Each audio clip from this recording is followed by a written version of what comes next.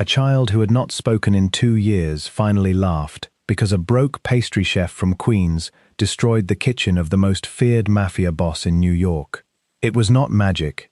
It was not medicine. It was not one of the expensive specialists Dante Moretti had paid in quiet desperation, hoping someone with enough degrees and soft voices could bring his daughter back from the silent place where grief had buried her.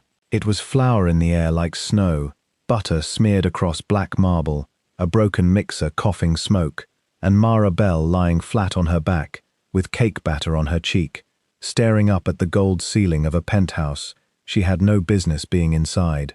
By morning, everyone in Dante Moretti's private world would know her name. The guards would whisper it into hidden radios. The house staff would glance toward the kitchen with nervous wonder.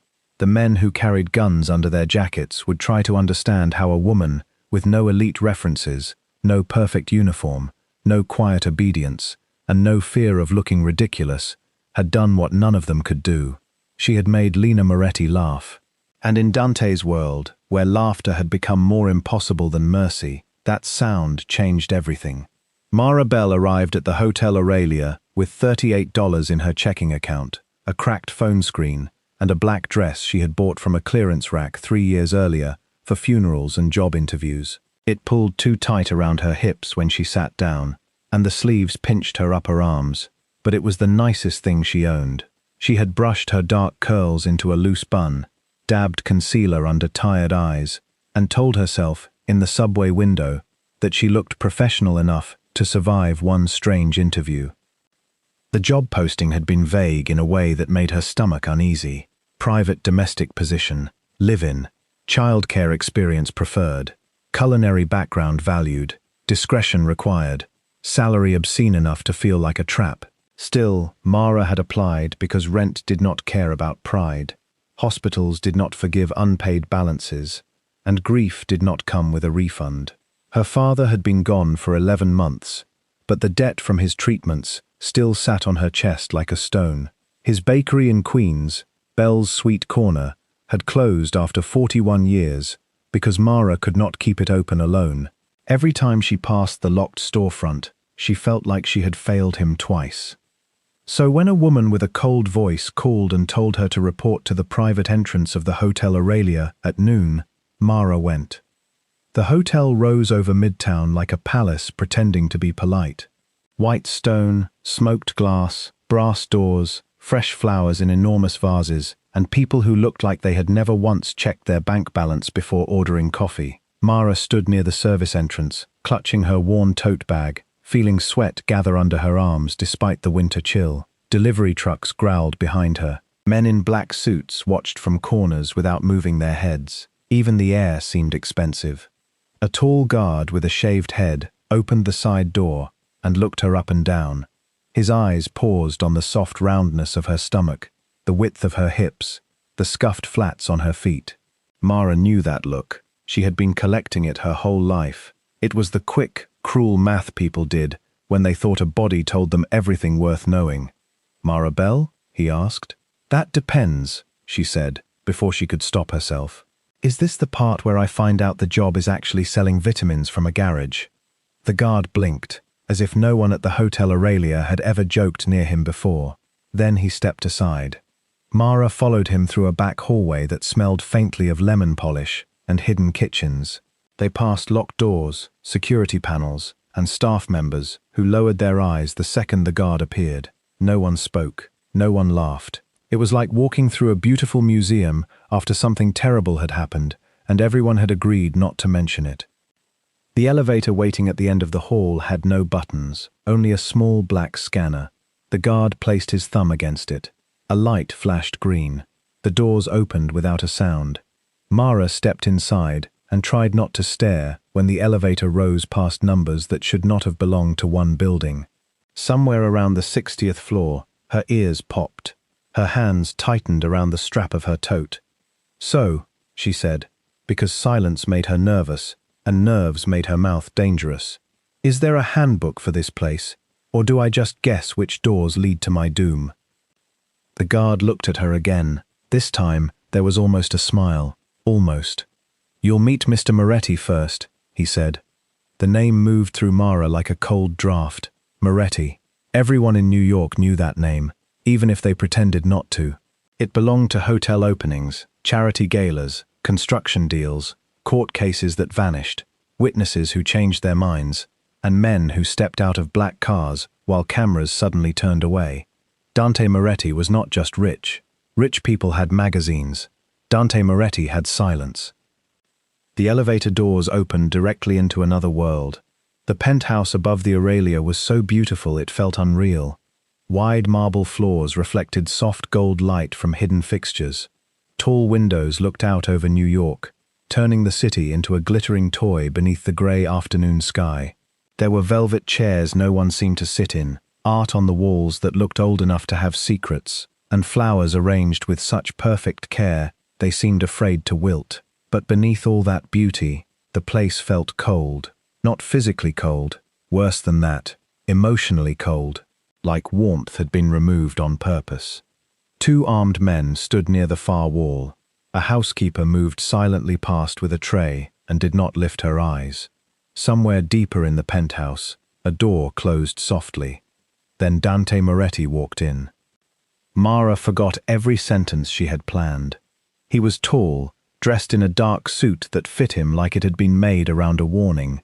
His black hair was combed back neatly, his jaw shadowed, his face calm in a way that felt less peaceful than controlled. He did not hurry. He did not need to. The room seemed to arrange itself around him. The guard near Mara straightened. The armed men became still.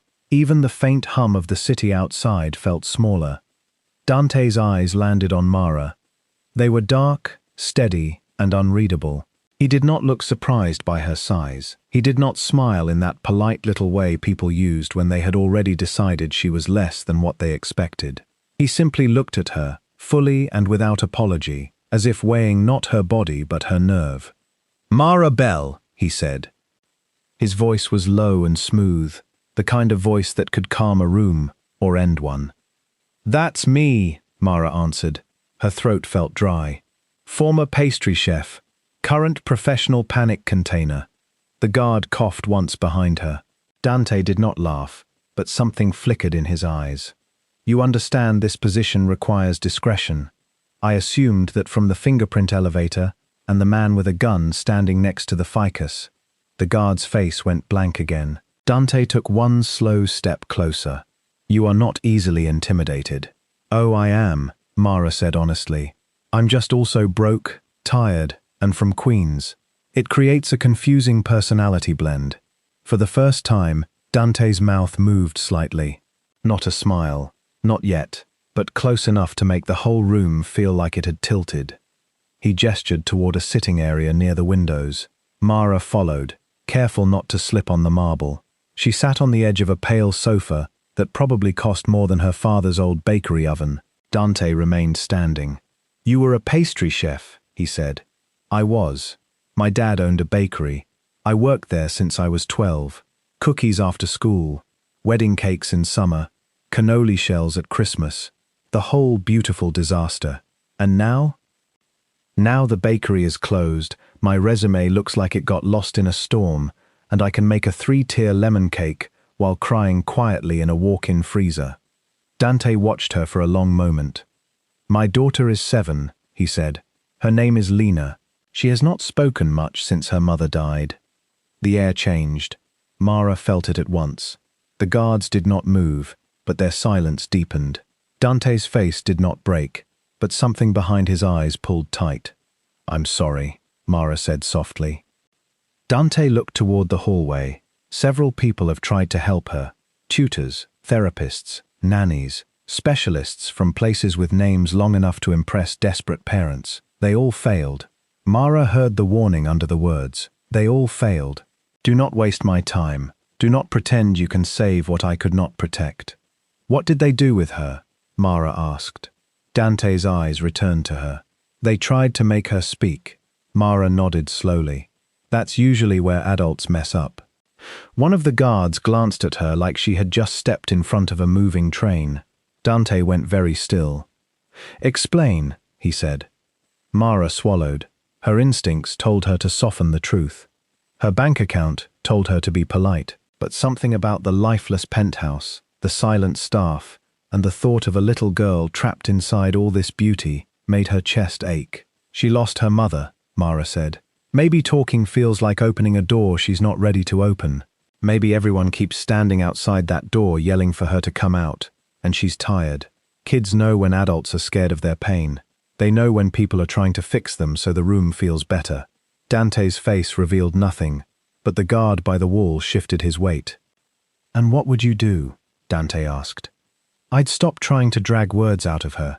I'd sit beside her, bake something simple, let her choose colors, let her point, draw, nod, shake her head, or ignore me completely if she wants.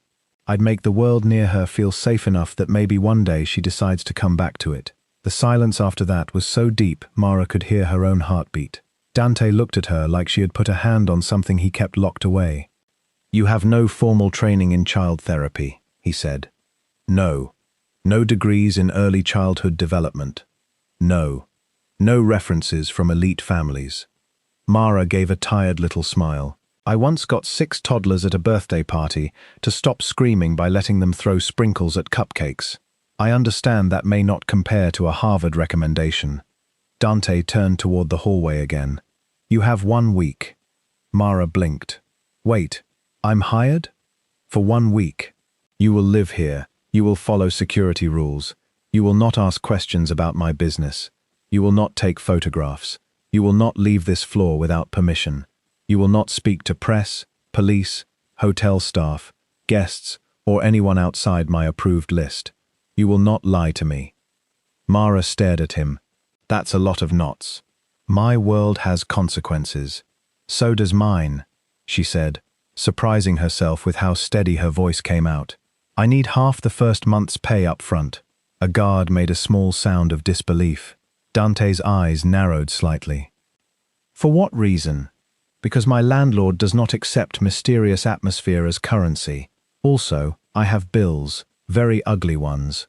Dante studied her again, and for a second, Mara wondered if she had ruined everything. Then he took a phone from inside his jacket. "Give my office your account information," he said. "The advance will be transferred before dinner." Mara exhaled so hard her shoulders dropped. "Thank you," she said, and meant it. Dante did not answer. He only turned and led her down the hall. Lena Moretti's room was at the far end of the penthouse, behind a white door painted with tiny gold stars. It was larger than Mara's entire apartment, filled with expensive toys, arranged too neatly to look played with. A small canopy bed sat near the window. Shelves held books in perfect rows. A dollhouse stood untouched in the corner. And on the floor beside the bed sat Lena. She was small and pale, with dark curls falling around a serious little face. She wore blue pajamas, though it was the middle of the day, and she was drawing with a black crayon on thick paper. She did not look up when they entered. She only made the crayon move faster. Dante's whole presence changed in the doorway. The cold boss vanished just enough for Mara to glimpse the father beneath him, helpless and aching behind all that power.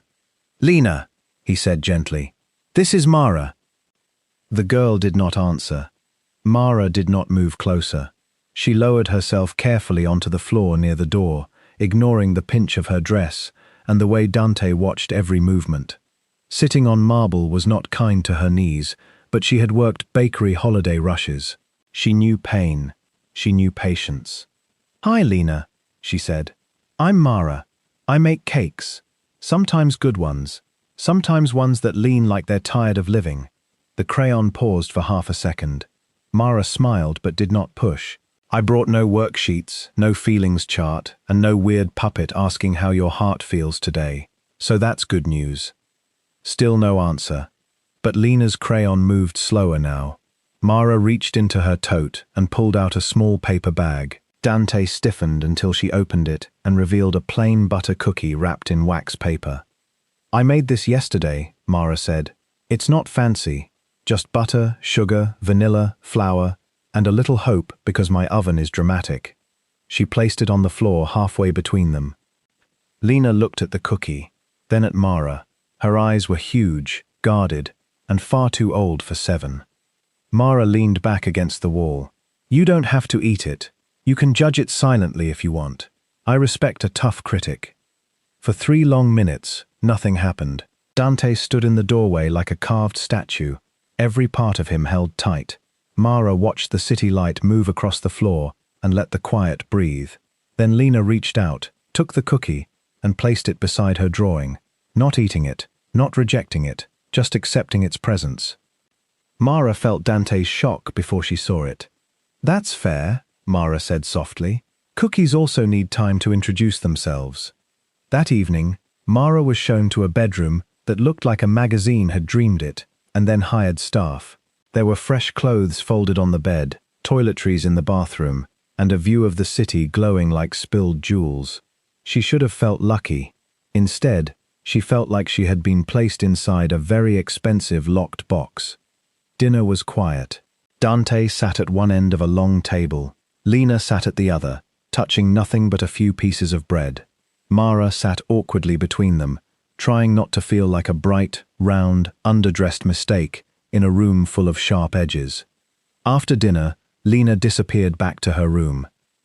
Mara found herself standing in the penthouse kitchen, staring at polished counters, copper pans, and equipment so perfect it made her fingers itch. The kitchen was too clean. Not clean like cared for, clean like no one loved it. A small drawing sat near the fruit bowl. Mara picked it up before thinking. It showed a cake, a lopsided pink cake with 7 candles and tiny yellow stars around it. Behind her, the floor creaked. Lena stood in the doorway. Mara looked at the drawing, then back at the girl. "Is this a request or a warning?" Lena did not speak, but her eyes moved to the pantry, then to the oven, then back to Mara. Mara's heart squeezed. "Oh," she whispered, "you want cake." Lena looked down. Mara glanced at the clock, then at the spotless kitchen, then toward the hallway where men with guns guarded a home that felt like it had forgotten birthdays existed. "Well," Mara said, tying a linen towel around her waist like an apron, "your father gave me 1 week. Might as well start with a felony against this kitchen." Lena stayed in the doorway at first. Mara moved around carefully, narrating in a low, warm voice as she found flour, sugar, eggs, butter, vanilla, cream, and a block of chocolate so expensive it made her whisper an apology before chopping it. She did not ask Lena to help. She only made room. After a while, Lena stepped closer. Mara slid a bowl toward her. "You can stir if you want, or supervise with silent judgment. Both are valuable positions." Lena touched the spoon. That was how the disaster began. The first problem was the mixer. It looked beautiful, but had the temperament of a wild animal. Mara clicked it on low, or what she thought was low, and the machine roared to life with a violence that sent flour bursting upward in a thick white cloud. Lena jumped back. Mara grabbed for the bowl, knocked over the sugar, stepped into spilled oil from a bottle she had opened too fast, and slid across the marble with both arms windmilling. "No, no, no. Absolutely not. I am too young to be taken out by cake batter," she yelped. Her foot hit the edge of a rug. The mixing bowl tipped. Buttercream flew. Something cracked. Mara landed on her back with a soft thud, staring up through the falling flour as the mixer made one last sad grinding sound and died. For one terrible second, there was only silence. Mara closed her eyes. "I would like the record to show that the cake attacked first." A small sound came from across the kitchen. Mara opened one eye. Lena had both hands over her mouth. Her shoulders were shaking. Then she laughed. It was tiny at first, rusty and uncertain, like a sound finding its way through a locked door. Then it grew, a real laugh, bright, surprised, breathless. Lena laughed so hard she had to hold onto the counter. Mara lay in the flour, too stunned to move. At the far entrance of the kitchen, Dante Moretti stood frozen. He must have come running at the crash. His jacket was gone, his gun was in his hand, and his face was carved with the terror of a man ready to kill whatever had threatened his child. But no enemy waited in the kitchen. Only broken equipment, spilled sugar, Mara covered in batter, and Lena laughing with flour on her eyelashes. Dante slowly lowered the gun. His eyes moved to his daughter. The sound hit him like a wound and a miracle at the same time. His hand tightened around the weapon until his knuckles went pale. His mouth parted slightly, but no words came. Lena looked at him and seemed to realize he was there. Her laughter faded, but it did not vanish completely. She stepped behind Mara's fallen shape, as if Mara were somehow safer than the Marble Island, the armed guards, and the most feared man in New York. Mara carefully pushed herself up on one elbow. Her cheeks burned. Her dress was ruined. Her hair had escaped its bun. She had buttercream on her chin and humiliation in her bones. "I can explain," she said. Dante stared at her, then at the destroyed kitchen, then back at Lena, whose tiny fingers had curled around the edge of Mara's sleeve. "No," he said quietly. Mara swallowed. "No?" His voice dropped, softer than she thought it could be. "Do not explain."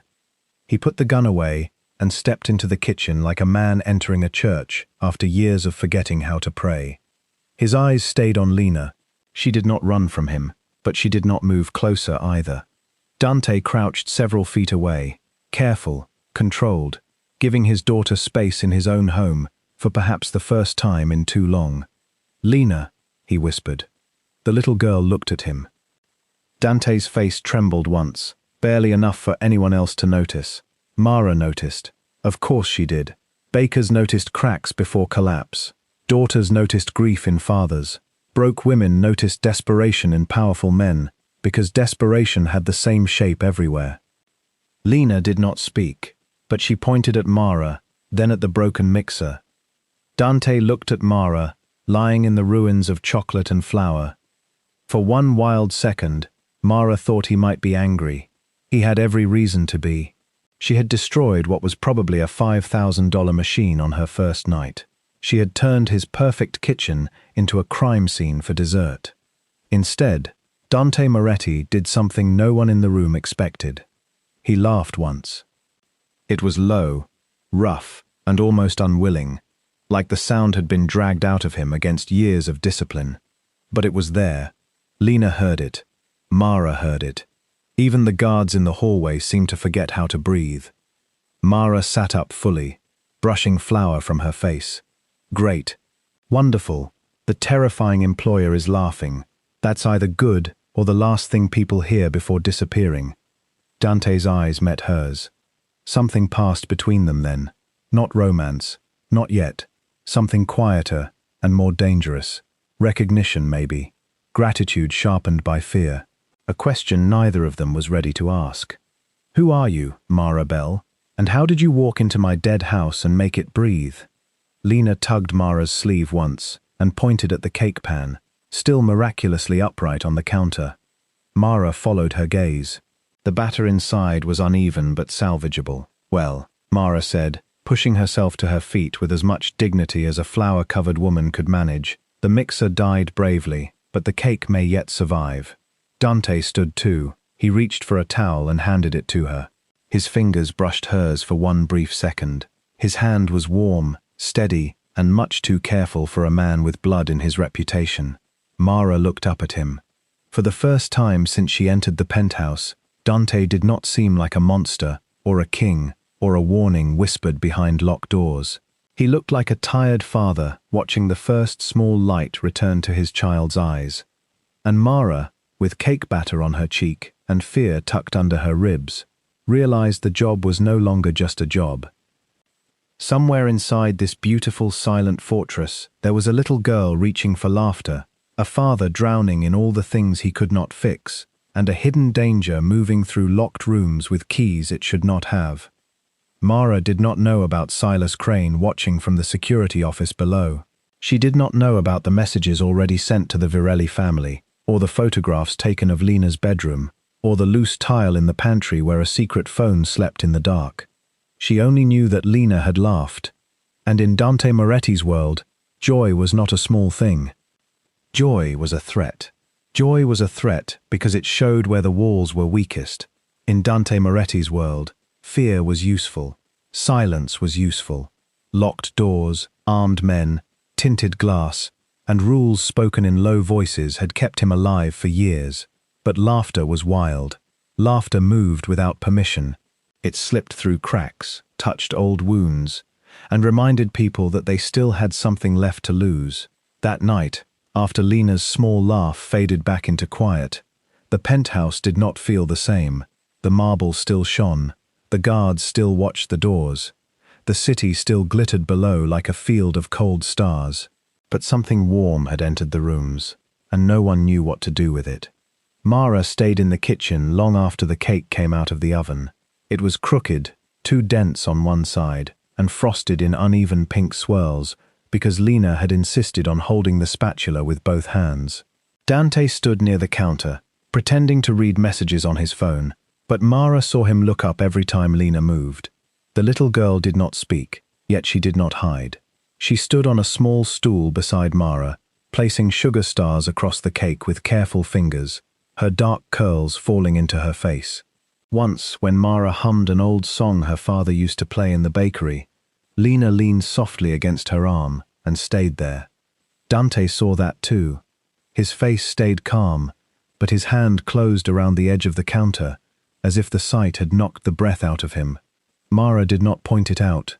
Some moments were too fragile for words. She only reached over, brushed a little frosting from Lena's cheek, and said, "Your cake is already more successful than my last relationship. So honestly, great work." Lena's mouth curved. Not a laugh this time, but close enough. By the next morning, the penthouse had begun to change in small ways that made the staff uneasy. Mara opened curtains Dante had left closed for months. She moved fresh flowers from the formal hall into Lena's room because, as she told a shocked maid, flowers don't need to impress the elevator. She asked the kitchen staff for cinnamon, nutmeg, cardamom, brown sugar, apples, and music. When no one moved fast enough, she found the speaker system herself and filled the kitchen with old soul songs from Queens, the kind her father used to play before sunrise while kneading dough. The guards hated it at first. Their eyes followed her as she crossed the penthouse barefoot in soft pants and an oversized sweater, hair tied up messily, flower on one sleeve, talking to Lena like the girl was simply quiet instead of broken. But by the third day, one guard had started lingering near the kitchen door whenever she made coffee cake. By the fourth, the housekeeper smiled at Lena when she carried a tray past the island. By the fifth, Lena was following Mara everywhere. She followed her to the pantry. She followed her to the laundry room. She followed her to the small balcony garden Dante never used. She sat beside Mara on the floor and drew pictures while Mara sorted through recipes on her phone. Most of the drawings were dark at first. Tall buildings, black cars, a woman with long hair lying on the ground beneath red scribbles, a small girl with no mouth. Mara never took the drawings away. She never gasped. She never told Lena not to think about scary things. She just sat with her and sometimes drew something beside it. A candle, a blanket, a slice of cake, a big round woman with wild hair standing between the little girl and the dark. One afternoon, Lena pushed a drawing into Mara's lap. It showed 3 people in a kitchen. Dante was drawn very tall in black. Lena was small in blue. Mara was in yellow, much wider than the others. Arms stretched around both of them like a soft wall. Mara looked at it for a long time. Her throat tightened so fast she had to swallow twice. "I like yellow," she whispered. Lena rested her head against Mara's shoulder. That evening, Dante found them asleep on the couch in Lena's room. Lena was curled into Mara's side, her small hand gripping the edge of Mara's sweater. Mara's head rested at an awkward angle against the cushions, her mouth slightly open, one sock halfway off. A children's movie played quietly on the wall screen. For a long time, Dante did not move. He stood in the doorway with his hands in his pockets and stared at the two of them, as if he had walked into someone else's dream. Silas Crane watched from the security monitor 2 floors below.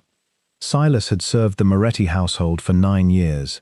He knew the codes, the schedules, the staff rotations, the guard shifts, the hidden service doors, the quiet weaknesses in Dante's fortress. He had watched specialists come and go. He had watched Lena grow smaller inside herself. He had watched Dante become colder, crueler, less human with every passing season. But he had never seen anything disturb the penthouse like Mara Bell. She was not polished. She did not belong. She laughed too loudly, asked too many questions, moved things without permission, and made staff forget fear for seconds at a time. Worst of all, Dante looked at her. That was what Silas reported that night through the hidden phone behind the loose tile in the pantry. The woman is becoming important. The child trusts her. Dante watches her closely. Move soon. The answer came back only a minute later. Then use her. Mara found Dante bleeding on the 6th night. She had gone down the service hall after midnight because she could not sleep. The penthouse was too quiet, and quiet always made her remember the last nights of her father's illness, when she had listened to machines breathe for him. She wanted tea, maybe toast, maybe 5 minutes in the kitchen with the soft lights on. Instead, she found Dante leaning against the wall near the private service elevator, one hand pressed to his side, his white shirt dark with blood. For one frozen second, they only stared at each other. Then Mara dropped the mug in her hand. It shattered on the floor. Dante pushed away from the wall. Go back to your room. Mara stared at him like he had lost his mind. You're bleeding. It's not serious. There is blood on your shoe, Dante. His jaw tightened. Mara. No. Sit down. The command landed in the hallway like a slap. One of Dante's guards, already pale with panic, looked at her as if she had just told a storm to kneel. Dante's eyes sharpened. No one spoke to him like that. No one who wanted to remain standing. Mara stepped closer, her own fear burning into anger. You hired me to take care of your daughter. That means I need you alive enough to be her father. Sit down before you fall down and make this more dramatic than it already is. The guard looked ready to pray. Dante stared at Mara for one long, dangerous moment. Then, slowly, he sat on the low bench against the wall. Mara exhaled and turned to the guard. First aid kit, towels, hot water, and maybe stop looking at me like I just performed witchcraft. The wound was ugly but not deep enough to kill him. A blade had caught him under the ribs during a meeting with the Virelli family, he explained in clipped pieces, while Mara cleaned the blood with shaking hands. The Virellis had been circling his businesses for months. They wanted his hotel, his ports, his people.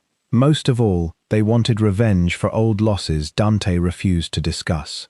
Mara tried to focus on the wound and not on the hard warmth of his body under her hands. Up close, he did not smell like cologne and danger the way she had expected.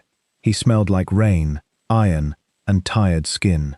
His face was turned away, but she could see the faint lines beside his eyes. He looked less like a monster in that hallway, more like a man who had learned to become one, because gentleness had cost him too much. You should have a doctor, she said. I have one on call. Then call him. I wanted to see Lena first. Mara's hands slowed. Dante looked down at her. When her mother died, I was not there fast enough. His voice stayed controlled, but the pain underneath it was raw and old. Mara pressed clean gauze to his side. You can't bleed your way into forgiveness. He gave a quiet, humorless breath. You say very dangerous things. I bake for a living. We're reckless people. Something softened in his eyes. The hallway felt smaller suddenly, the space between them strangely warm. Dante reached up and touched a streak of flour still caught in Mara's hair from earlier that day. His fingers were gentle, careful, almost unsure. You brought sound back into my home, he said. Mara's chest tightened. Lena brought it back. I was just on the floor when it happened. No, Dante said quietly. You saw her without fear. That is rare here. Mara looked down at his hand near hers. His knuckles were bruised. His life was violence, but in that moment, he touched her as if she were something delicate. I'm not fearless, she whispered. I know. The words should not have felt intimate, but they did. He knew she was scared. He saw it. He did not mistake her softness for weakness. The thought unsettled her more than the blood. Before either of them could say more, a faint buzz came from the pantry down the hall. Mara looked over. Dante's eyes sharpened at once. What was that? I don't know. She stood before he could stop her. The pantry was dark except for a thin strip of light under the door. Mara opened it and heard the buzz again, faint and hidden. It took her a minute of searching behind jars, flour bins, and stacked tins before her fingers found the loose tile. She pulled it back. A phone sat inside the wall. Its screen glowed with a new message. Service elevator route confirmed. Child's room camera active. Take her when Moretti moves. Mara's blood went cold. Dante appeared behind her so silently she nearly dropped the phone. He took one look at the screen, and every trace of the wounded father vanished. The man who replaced him was deadly still. "Who has access to this pantry?" Mara whispered. Dante did not answer because footsteps sounded behind them. Silas Crane stood in the doorway, holding a small pistol pointed at Mara's chest. His face was calm, almost bored, as if this were only another household task. "Mr. Moretti," Silas said softly, "you should have let the girl stay silent." For 1 second, the whole world narrowed to the small black circle of the gun. Mara could hear her pulse in her ears. Dante's body shifted in front of her, despite the blood soaking through his bandage. Silas smiled. "Don't move. You're injured, and I know exactly how fast you are when you're not." Dante's voice was low. "How long?" "Long enough." Silas's eyes moved to Mara. The Varellas paid well, but this one made things difficult. The child was easier when she trusted no one. Mara's fear flashed white-hot into rage. "You were taking pictures of Lena's room," she said. Silas shrugged. "Children of powerful men are not children, they are leverage." Mara moved before she thought. Her hand closed around the nearest pot on the stove, where sugar syrup still boiled from the caramel she had been making earlier. She flung it with a cry. The hot sugar hit Silas's arm and shoulder. He screamed, firing wild. The shot cracked through the pantry and shattered a glass jar inches from Mara's head. Dante lunged, but his injury slowed him. Silas slammed the gun against Dante's wound, forcing him back with a groan. Mara grabbed the marble rolling pin from the counter with both hands and swung with every ounce of strength in her body. It connected with Silas's wrist. The gun clattered across the floor. Silas turned on her, face twisted with pain and fury. "You stupid, desperate woman!" He rushed her. Mara hit him again, not cleanly, but hard enough to send him stumbling into the shelves. Jars crashed. Flour exploded. Dante came from behind him like a shadow and drove him into the wall with a force that shook the pantry door. The fight was short after that. Dante was injured, but rage carried him. By the time the guards reached them, Silas was on the floor, groaning, with Dante's knee in his back and a knife at his throat. Mara stood shaking, gripping the rolling pin like a weapon from a fairy tale gone wrong. Dante looked up at her. His eyes were wild, not with anger at her, but fear for her. "Are you hurt?" Mara looked down at herself. Her hands were trembling. A thin cut marked her cheek from the broken glass, but she barely felt it. "No," she whispered, "but Lena." Dante was already moving. Within an hour, the penthouse was no longer safe. Guards swept rooms. Staff were locked down and questioned. Security feeds were checked and found corrupted. Silas had not been alone in his betrayal. The beautiful fortress above the hotel had been hollowed from the inside. Dante did not waste time mourning the illusion of control. He wrapped Lena in a coat, placed one hand at Mara's back, and led them through a hidden service door behind the wine room. Mara carried a bag with Lena's favorite drawings, 2 sweaters, a tin of cookies, and the rolling pin, because she was not ready to let it go. They did not take the main elevator. They descended through old service passages behind the hotel walls, down metal stairs, and through tunnels that smelled of dust, stone, and old secrets. Lena held Mara's hand the entire way. Dante walked ahead with a gun in one hand, blood darkening his shirt again, his men moving around him like shadows. "Where are we going?" Mara asked softly. "Brooklyn," Dante said. "Somewhere they won't expect." The place was an old theater near the river, hidden behind a shuttered facade and a sign with half the bulbs burned out. Inside, it smelled like velvet, rain, and memories. Rows of faded red seats faced a stage heavy with dust. Painted angels stared down from the ceiling, Old dressing rooms lined the backstage halls, and beneath the floor ran forgotten tunnels from another century. Dante's mother had loved the theater, he told Mara later, after Lena finally fell asleep in a blanket fort made from velvet curtains. His family had used it long before he was born, back when his grandfather needed a quiet place to meet men who preferred darkness. Dante had kept it because he could not make himself sell the last thing his mother had touched with joy. The storm started before dawn. Rain hit the roof like fingers tapping warnings. For a while, the theater felt almost safe. Mara turned one dressing room into a bedroom for Lena. She found old costumes and let Lena choose a purple cape, a feathered hat, and a pair of silver gloves. Lena did not speak, but she moved with more life than Mara had seen yet. She placed the cape around Mara's shoulders too, then drew them both as queens under a stage light. Dante watched from the doorway. "You're staring again," Mara said without looking up. "I am thinking. That sounds dangerous." It usually is. Later, in the theater's old kitchen, Dante cooked for her. Mara expected one of his men to do it, but Dante rolled up his sleeves and moved with quiet skill. He made pasta by hand, simple and careful, flouring the counter with the same seriousness other men might bring to war. Mara sat on a stool, tired and bruised, watching the feared head of the Moretti family knead dough like a man remembering a prayer. "My mother taught me," he said. "She believed feeding someone was the first form of loyalty." Mara smiled softly. "Your mother was right. She would have liked you." The words settled between them. Mara looked down, suddenly shy in a way she hated. "She never met me." She knew courage when she saw it. Dante stepped closer. The old kitchen was lit by one yellow lamp, the storm pressing shadows against the windows. Mara could hear Lena sleeping in the next room, one of Dante's guards outside the door. Rain above them, danger somewhere beyond all of it. But in that small pocket of warmth, Dante looked only at her. "You should leave when this is over," he said. Mara's heart pulled tight. "That's a strange thing to say while making me dinner. I am not a safe man."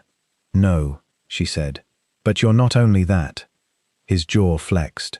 "Mara, you think warning me makes this simple." She stood, close enough now to see the exhaustion in his eyes. "But I've seen you with Lena. I saw you crouch in your own kitchen, like you were afraid to scare her with how much you love her. I saw you bleed, and still try to reach her room first. You're dangerous, Dante. I'm not confused about that. But you're also a father who has been living like a locked door." Something in him broke quietly. He touched her face, thumb careful near the cut on her cheek. "And you opened it." Mara's breath shook. When he kissed her, it was not sudden or cruel. It was slow, deep, and almost afraid at first, as if he knew one wrong movement could ruin the only gentle thing left in his life. Mara kissed him back with all the fear and warmth she had been holding in her chest. His hand settled at her waist, not hiding her body, not handling her like something too much, but holding her like she belonged exactly where she stood. For the first time in years, Mara did not feel like a woman made of apologies. She felt steady, wanted, seen. Then the power went out. The theater dropped into blackness. A second later, emergency lights flickered on, washing the backstage halls in a dim red glow. Dante pulled away, all softness gone. A distant crash echoed from beneath the stage. His men shouted. The Varellis had found them. Dante pushed Mara behind him, but she was already running toward Lena. The little girl woke without crying, eyes wide as Mara scooped her from the blanket fort and wrapped her in the purple cape. Gunfire cracked somewhere below, sharp and terrifying in the old theater. Dante's guards fought in the halls. Rain hammered the roof. The red lights made everything look like a nightmare trying to become real. Dante led them under the stage to a hidden room behind a trap door. The space was small, lined with old brick and dusty trunks. "Stay here," he said, pressing a small emergency radio into Lena's hand. "Do you remember what I showed you?" Lena stared at him, silent and shaking. Dante's face twisted with pain, but he nodded like she had answered. "Good girl." He looked at Mara. "Do not open this door for anyone but me." Mara grabbed his wrist. "Come back." His eyes held hers. Always. Then he was gone. For a few minutes, there was only the sound of fighting above them, and Lena's small breaths against Mara's chest. Mara held her close and whispered nonsense because anything was better than fear. She talked about cake, about queens, about how her father once dropped 12 pies on Thanksgiving morning and still sold every one as rustic. Lena's fingers clutched the radio. Then a scraping sound came from the wall. Mara turned slowly. A metal grate near the ceiling shifted. A man's hand appeared through the opening. Silas had told them. Mara's heart nearly stopped. An enforcer squeezed through the old ventilation shaft and dropped into the room with a heavy thud. He was broad, wet from the storm, with a knife in one hand and a smile that made Mara's blood run cold. "There she is," he murmured. "The little princess." Mara placed Lena behind her. "No," she said. The man looked at her body and laughed. "Move." Mara's fear was huge. It filled her throat, her hands, her knees. She was bruised. She was outmatched. She was not trained for this. She was a pastry chef who knew how to fold dough, calm children, stretch money, and survive grief. But Lena's hands were gripping the back of her sweater, and that made the fear change shape. It became strength. The man stepped forward. Mara grabbed the first thing within reach, an old stage prop sword from a trunk. It was dull, heavy, and ridiculous, but she swung it with both hands. It hit his arm hard enough to make him curse. He lunged. She ducked badly, stumbled, and slammed into a broken spotlight stand. Pain burst through her shoulder, but she grabbed the stand and drove it into his stomach. He doubled over. Lena made a tiny, frightened sound behind her. That sound kept Mara standing. The man grabbed her hair and threw her sideways. She hit the floor, breath knocked from her lungs. The knife cut across her arm as she rolled. He reached for Lena. Mara screamed and came up with the prop sword again, swinging not like a fighter, but like a woman who had decided she would rather die than move. The blade struck his face. He reeled back, furious, and raised the knife. The hidden door burst open. Dante entered like a storm. What happened next was fast and terrible, and saved them. Dante took the man down with a violence Mara would never forget, but it was not mindless. It was focused entirely away from her, away from Lena, toward the threat that had entered their small place of safety. When it was over, Dante turned at once and dropped to his knees in front of them. Lena ran into his arms. Mara pressed a hand to her bleeding arm and tried not to fall over. Dante looked at her wound, then her face, and his expression cracked. "You protected her," he whispered. Mara gave a shaky breath. "I told you. Reckless people, bakers." The theater was lost. More men were coming. Dante's guards were holding them back, but not for long. He lifted Lena, wrapped his other arm around Mara, and led them into an escape tunnel beneath the stage. The passage sloped downward through damp brick and old darkness, opening at last near the East River, where the storm hit them full force. They were almost to the waiting cars when headlights cut through the rain. A black SUV blocked the dock road. Enzo Varelli stepped out beneath the flood of stormwater, smiling like a man who had waited years for this moment. He was older than Dante, silver-haired, elegant, and cruel in a quiet way. Two of his men flanked him with guns raised. Dante pushed Mara and Lena behind him, but his gun clicked empty. Enzo heard it and smiled wider. "Dante Moretti," he called through the rain. The great king, hiding behind a child and a fat baker. Mara felt Lena shake against her. Dante stood tall, despite the blood, the rain, and the empty weapon in his hand. "This ends with me." Enzo laughed. "It began with you. Your wife died because of you. Your daughter stopped speaking because of you. And now this woman bleeds because she was foolish enough to love what was already ruined." Mara stepped beside Dante. He turned sharply. "Mara, no." She held Lena close with one arm and lifted her chin into the rain. "You think they make him weak," she said, her voice shaking but clear. "That's because you don't understand family. You only understand leverage." Enzo's eyes narrowed. Mara kept going. His love for Lena did not make him weak, it kept him human, And if you can't see the difference, that is why you'll never have what he has." For a second, only Rain answered. Then Lena moved. She lifted the emergency radio with both trembling hands. Her lips parted. Mara felt it before she heard it. Dante went completely still. Lena pressed the button.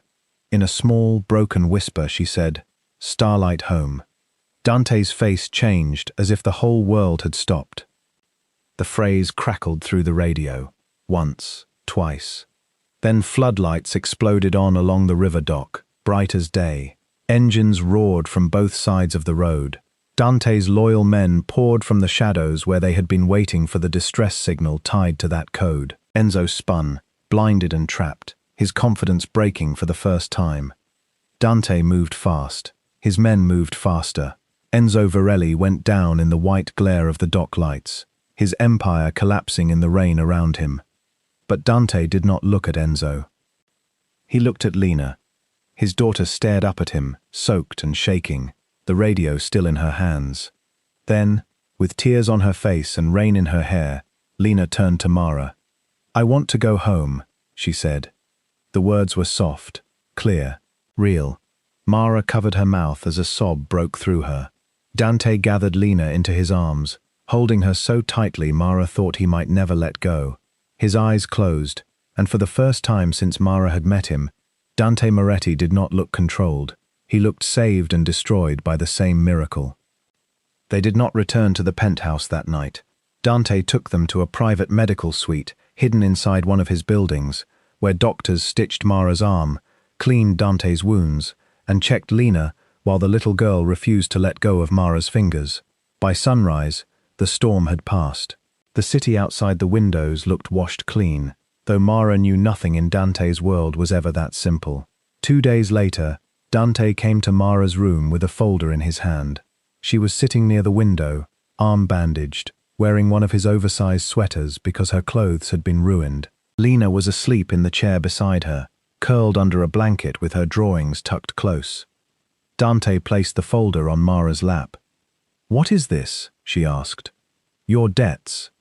Mara opened it slowly. Her stomach dropped. Page after page showed hospital bills, loan transfers, collection notices, names she recognized, and companies she did not. Then she saw the signatures tying several of them to shell accounts connected to the Varelli family. Her mouth went dry. "They bought my debt," she whispered. "Yes," Dante said. "They intended to use your desperation. If Silas failed, they planned to pressure you into betraying me." Mara closed her eyes. For a moment, shame rose out of old habit, sharp and familiar.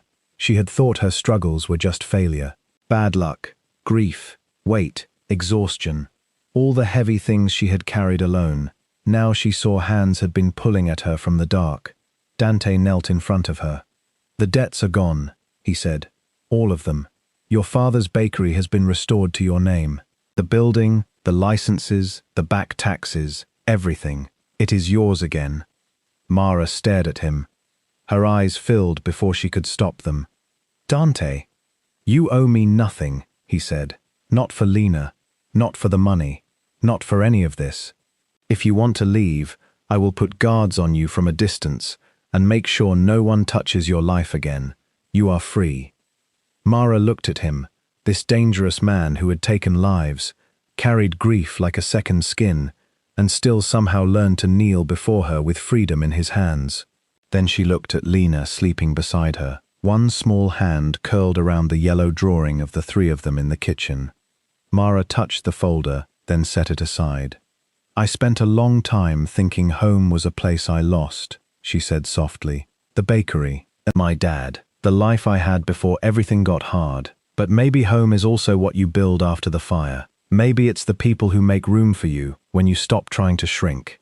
Dante did not move. He barely seemed to breathe. Mara reached for his hand. "I'm not staying because I owe you," she said. "I'm staying because I love Lena, and because somewhere between the flower explosion, the secret tunnels, and almost being murdered by a man in a ventilation shaft, I fell in love with you too." Dante closed his eyes. His hand tightened around hers like the words had wounded him in the best possible way. When he kissed her this time, it tasted like relief. Months later, Belle's Sweet Corner reopened in Queens, with a line around the block. No one knew exactly how Mara had paid for the renovations, though the new ovens were top of the line, the windows gleamed, and the sign above the door looked just like her father's old one, only brighter. People came for the pastries, but they stayed because the place felt warm. It smelled like butter, coffee, sugar, and second chances. In the back kitchen, Lena sat on a stool drawing labels for cookies. She spoke more now, not always, not for everyone, but enough that each word still felt like a gift. Sometimes she helped Mara knead dough. Sometimes she sat quietly and leaned against her side. Dante visited after dark, entering through the rear door with 2 guards outside, and softness in his eyes that only appeared in that bakery. He was still Dante Moretti. His enemies still feared him. His name still moved through New York in whispers. The empire did not vanish because love entered it, but it changed. Men who threatened children disappeared from his world. Deals that touched innocent families ended before they began. Dante's violence became more controlled, more exact, no longer the only language he knew. And Mara became the heart of the Moretti family, not because she fit into Dante's world, but because she refused to become cold enough for it. She filled his penthouse with bread, music, color, and the stubborn sound of life. She wore yellow when she wanted, red when she felt brave, soft sweaters when she was tired, and never again apologized for the space she took up. Her body, once mocked by strangers and measured by cruelty, became Lena's safe place, Dante's comfort, and her own proof that softness could stand between a child and danger without breaking. One evening, long after the Virelli name had fallen into frightened silence, Mara stood in the bakery doorway, watching Dante teach Lena how to roll dough. He was terrible at it, too serious, pressing too hard, while Lena corrected him with the patience of a tiny queen. Mara laughed, and Dante looked up. The old fear was still there sometimes. The world was not gentle just because they had found gentleness with each other, but the bakery lights were warm. Lena was smiling. Dante's hands were covered in flour, and for once, the most powerful thing in the room was not money, blood, or a hidden gun. It was love, steady and stubborn, rising like bread in a warm kitchen. Mara Bell had not saved Dante Moretti by becoming dangerous like him. She had saved him by staying warm in a world that tried to freeze her.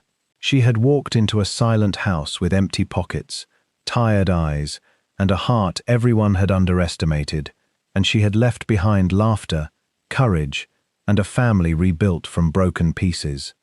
And in the end, the empire did not bow to fear.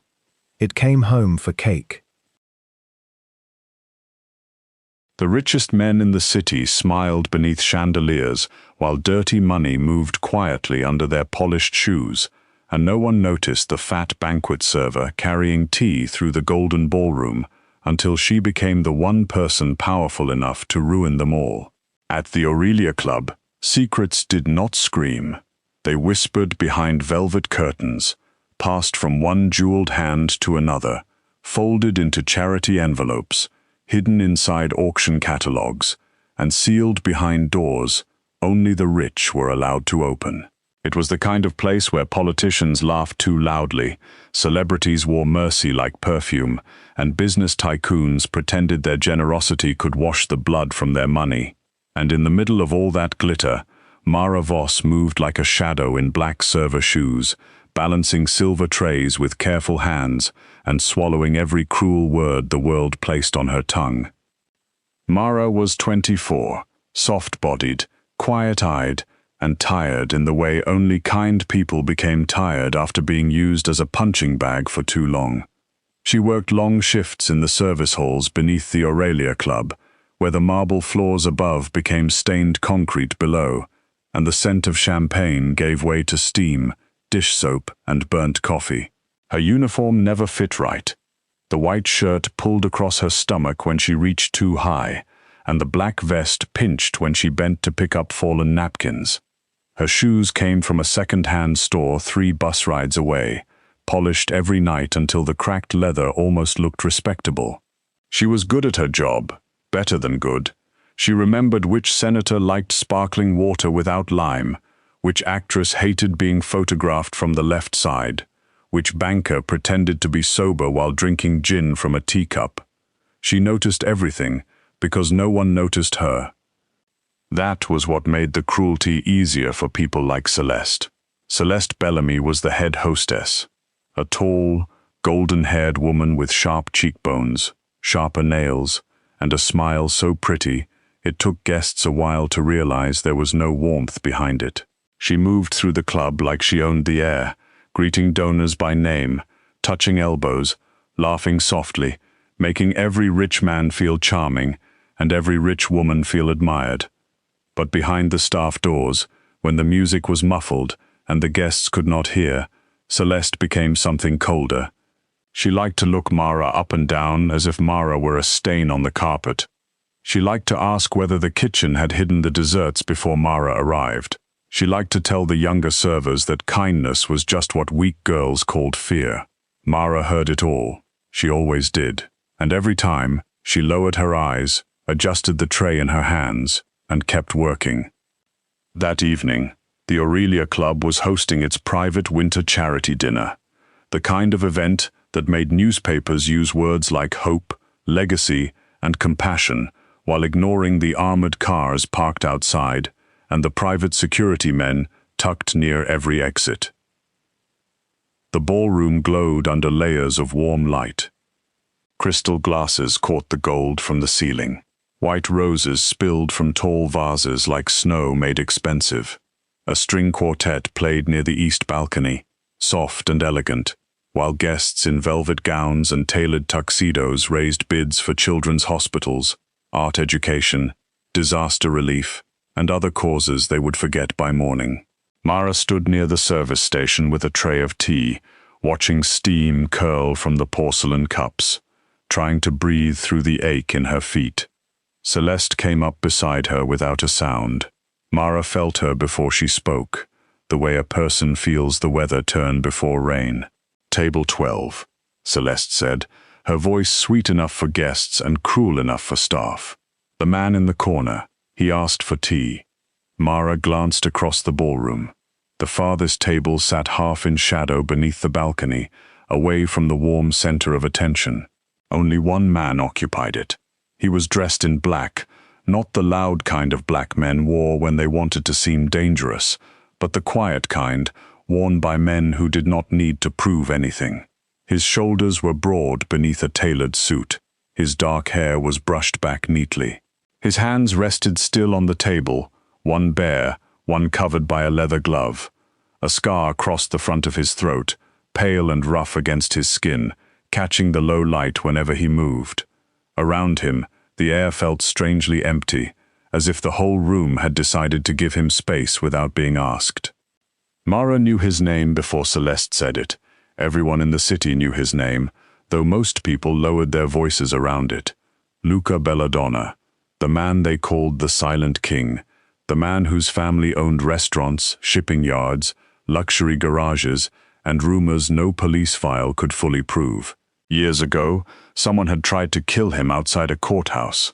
The knife had missed his life by less than an inch, but it had left a scar across his throat and turned his voice into something fragile, rough and painful. Since then, people filled his silence with their own fear. They said he could order a man's disappearance with one look. They said he never raised his voice because he never needed to. They said Luca Belladonna was most dangerous when he was quiet. Celeste leaned closer, her perfume cutting through the smell of tea. "Go on, Mara. Don't look so scared. He probably likes women who don't ask too many questions." A few servers nearby tried not to laugh. Celeste smiled toward Luca's corner and lowered her voice just enough to pretend she had manners. Besides, maybe the mute king needs someone desperate enough to be nice to him. Mara's cheeks burned. The tray suddenly felt heavier in her hands. She wanted to say something. She wanted to turn around and ask Celeste what kind of person found joy in making everyone smaller. But the words stayed locked behind her teeth, where they always lived. So Mara lifted her chin just a little, steadied the cups before they could rattle, and walked toward the shadowed table. The music seemed softer near Luca. The laughter from the room faded into a distant hum. He looked up as she approached, and Mara felt the full weight of his attention settle on her. His eyes were dark, almost black, but not empty. They were watchful, careful, tired in a way that reminded Mara of old churches and closed doors. Most guests looked through her, or around her, or down at her name tag as if reading it cost them effort. Luca looked directly at her face. "Good evening," Mara said softly. "I brought your tea." Luca's gaze dropped to the cup, then back to her. He opened his mouth slightly, but the movement pulled at the scar on his throat, and Mara saw the tiny flash of pain before he hid it. She did not stare. She did not flinch. She did not fill the silence with nervous chatter. Instead, she placed the cup beside him, turned the small menu card around, and pulled a pen from the pocket of her vest. "I can write the options down," she said. "That way you do not have to strain your voice." For the first time, something in Luca's still expression changed. It was not quite surprise.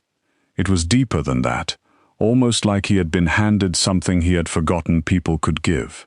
He watched Mara write the tea choices, the soup, the fish, the beef, the vegetarian plate, and the dessert. Her handwriting was round and neat, the kind learned by someone who had once believed being careful could protect her from being mocked.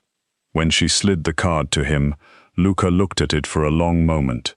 Then he picked up the pen. His hand moved slowly, each word deliberate. Mara waited, without rushing him.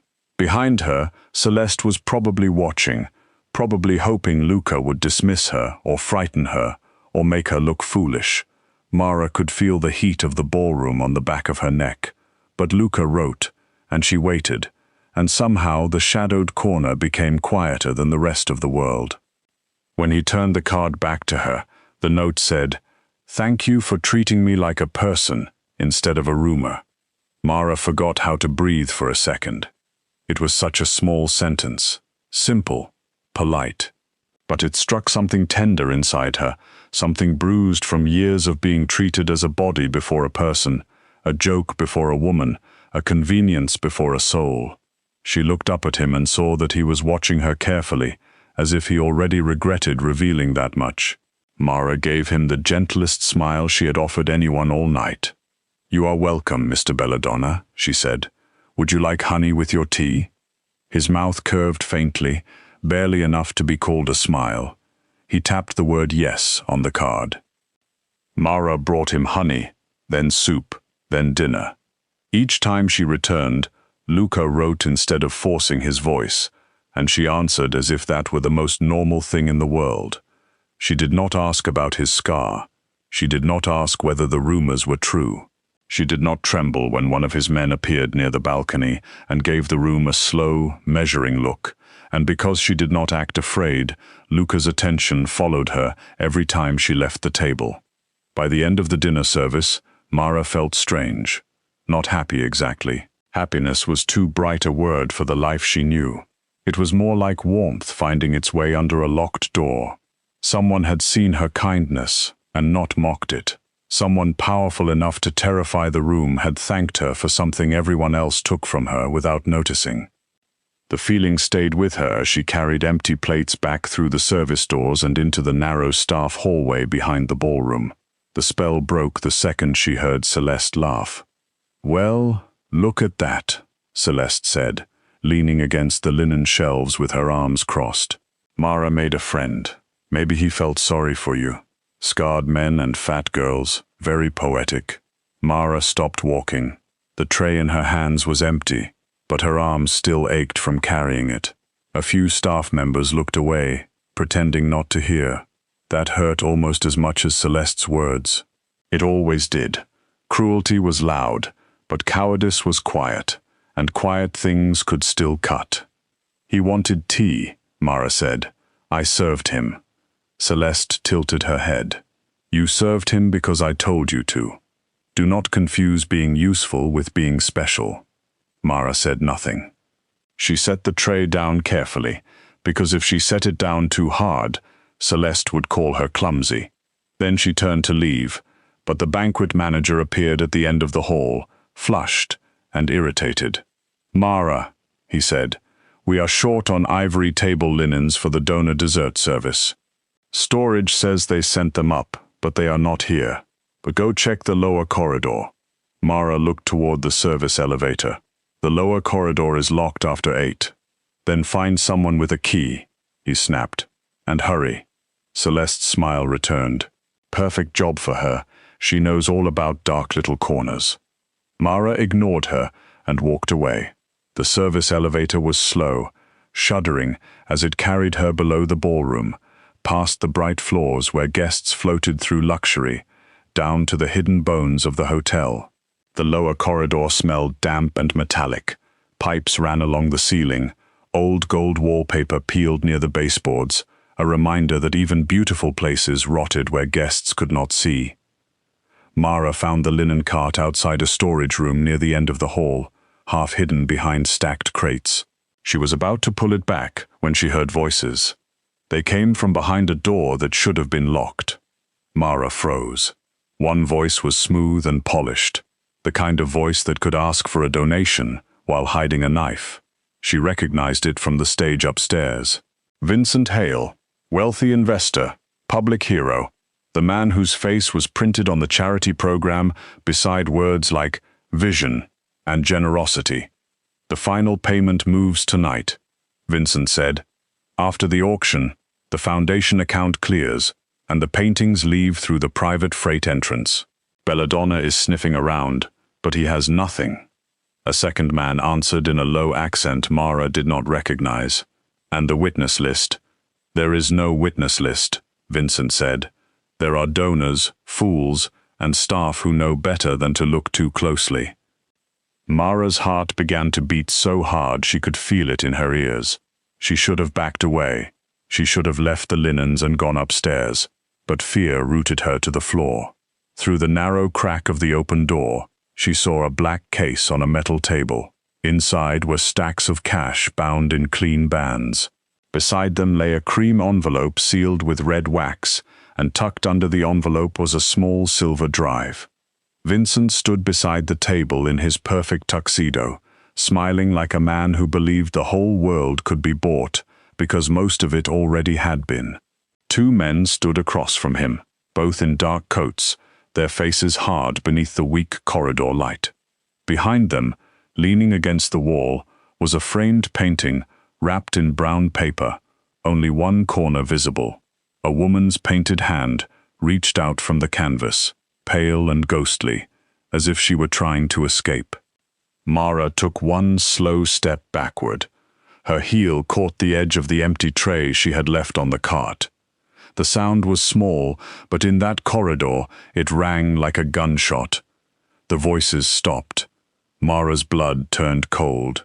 For one breath, no one moved. Then the door opened wider, and Vincent Hale looked directly at her. His smile did not disappear. That was the worst part. It stayed exactly where it was, calm and handsome and false. "Mara, isn't it?" he said gently, "from banquet service." She could not answer. Her throat felt packed with cotton. She took another step back, but one of the men moved into the corridor behind her, blocking the way to the elevator. Vincent approached slowly, like he was calming a frightened animal. "You look upset. I hope you are not misunderstanding something that does not concern you." "I was just getting linens," Mara whispered. "Of course you were." His eyes flicked to the cart, then back to her face. "Hard worker. I have noticed that about you." No, Mara thought. He had not noticed her. Men like him never noticed people like her unless they became a problem. Vincent reached into the black case and removed one bundle of cash. He held it out with the same warm smile he had used upstairs while promising to help poor children. "A woman like you could use a fresh start, couldn't she? New apartment, new clothes, better shoes. No more late nights carrying plates for people who do not even remember your name." Mara looked at the money. For one terrible second, she imagined what it could fix. The overdue electric bill folded on her kitchen counter, the coat with the broken zipper.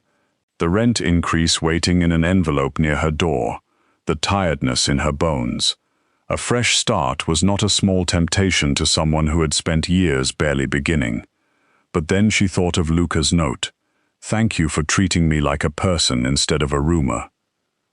She looked at Vincent, and she saw what he was really offering, not freedom, silence. Mara folded her shaking hands in front of her. "I do not want your money." Vincent's smile thinned. The corridor seemed to grow colder. "My dear," he said softly, "that is not a brave answer. That is a dangerous one." Mara's breath trembled in her chest. Above them, the ballroom music continued, sweet and distant, as if the city's most powerful people were dancing on top of a secret grave. Vincent stepped closer, still holding the money, and Mara realized with a soft, sick fear that her invisible life had not protected her after all. It had only taught dangerous men how easy it was to believe no one would miss her. But somewhere upstairs, in a shadowed corner of gold and glass, Luca Belladonna had already learned her name. But somewhere upstairs, in a shadowed corner of gold and glass, Luca Belladonna had already learned her name, and that name had not left his mind from the moment she walked away with empty hands and gentle eyes. Down in the service corridor, Mara stood frozen beneath the humming lights, while Vincent Hale waited for her answer, with money in his hand and murder hiding behind his smile. The bundle of cash looked clean, almost innocent, wrapped in a paper band, smelling faintly of ink and leather. It could have paid her rent for months. It could have bought her real shoes, warm coats, a bed that did not sag in the middle, maybe even a few quiet weeks where she did not wake up already tired. Vincent knew that. He knew exactly what kind of hunger lived inside people who had been kept poor, tired and humiliated. He was counting on it. Mara looked at the money again, and her hands shook, not because she wanted to take it, but because some small, scared part of her knew how much easier life could become if she did. The man blocking the elevator watched her with empty eyes. The two buyers stood behind Vincent like shadows in expensive coats. The black case remained open on the metal table, filled with enough money to change the lives of everyone working in the kitchen upstairs. But all Mara could think about was the wrapped painting leaning against the wall, that pale painted hand reaching from the brown paper, like someone begging not to be buried in silence. She thought of the fake charity banners in the ballroom. She thought of children's names printed on donation cards while stolen art and dirty money moved underneath them. Then she thought of Luca sitting alone at the corner table, silent not because he had nothing to say, but because the world had made speaking painful. "No," Mara whispered. Vincent's smile faded by the smallest amount. "You should think before you make a decision like that." "I did." The words surprised her. They came out soft, but they were steady. Mara had spent years believing courage had to be loud. She had watched Celeste cut people down with bright laughter and thought that was what strength sounded like. She had watched rich men raise their voices and thought power belonged to the people who filled rooms. But standing in that dim corridor, with fear pressing cold fingers against her throat, Mara realized there was another kind of strength, a quiet one, the kind that simply did not move when someone tried to push it. Vincent stepped closer. "You saw nothing." "I saw enough." The man near the elevator shifted, and Mara's body went tight with terror. Vincent held up one hand, stopping him. He was still trying to look civilized, still trying to keep the mask in place. He slipped the money back into the case and closed the lid with a soft click that sounded final. "Mara," he said, almost kindly, "people like us survive by understanding the world as it is. People like you survive by staying out of the way." Mara swallowed. Maybe people like me are tired of staying out of the way. For the first time, anger touched Vincent's face. Not rage, not yet, just irritation, as if she were a stain that would not wash out. He leaned close enough that Mara could smell expensive wine on his breath. "You will go upstairs," he said. "You will finish your shift. You will forget what you saw. If you speak to anyone, if you try to be heroic, I will make sure every employer in this city knows you are a thief, a liar, and a desperate woman who tried to blackmail a donor. And after that, when no one believes you, worse things will happen." Mara's mouth went dry. "Are you threatening me?" "No," Vincent said softly. "I am educating you." He stepped aside and gestured toward the elevator. Mara moved because her legs finally remembered how.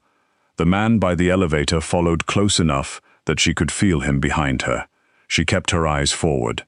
She did not run. She did not cry. Not until the elevator doors closed and carried her upward, away from the damp corridor and back toward the music. Then she pressed one trembling hand over her mouth and let one silent sob break free. By the time she returned to the service hallway, the dessert course was beginning. Celeste stood with a silver tray balanced on one hand, laughing with another hostess.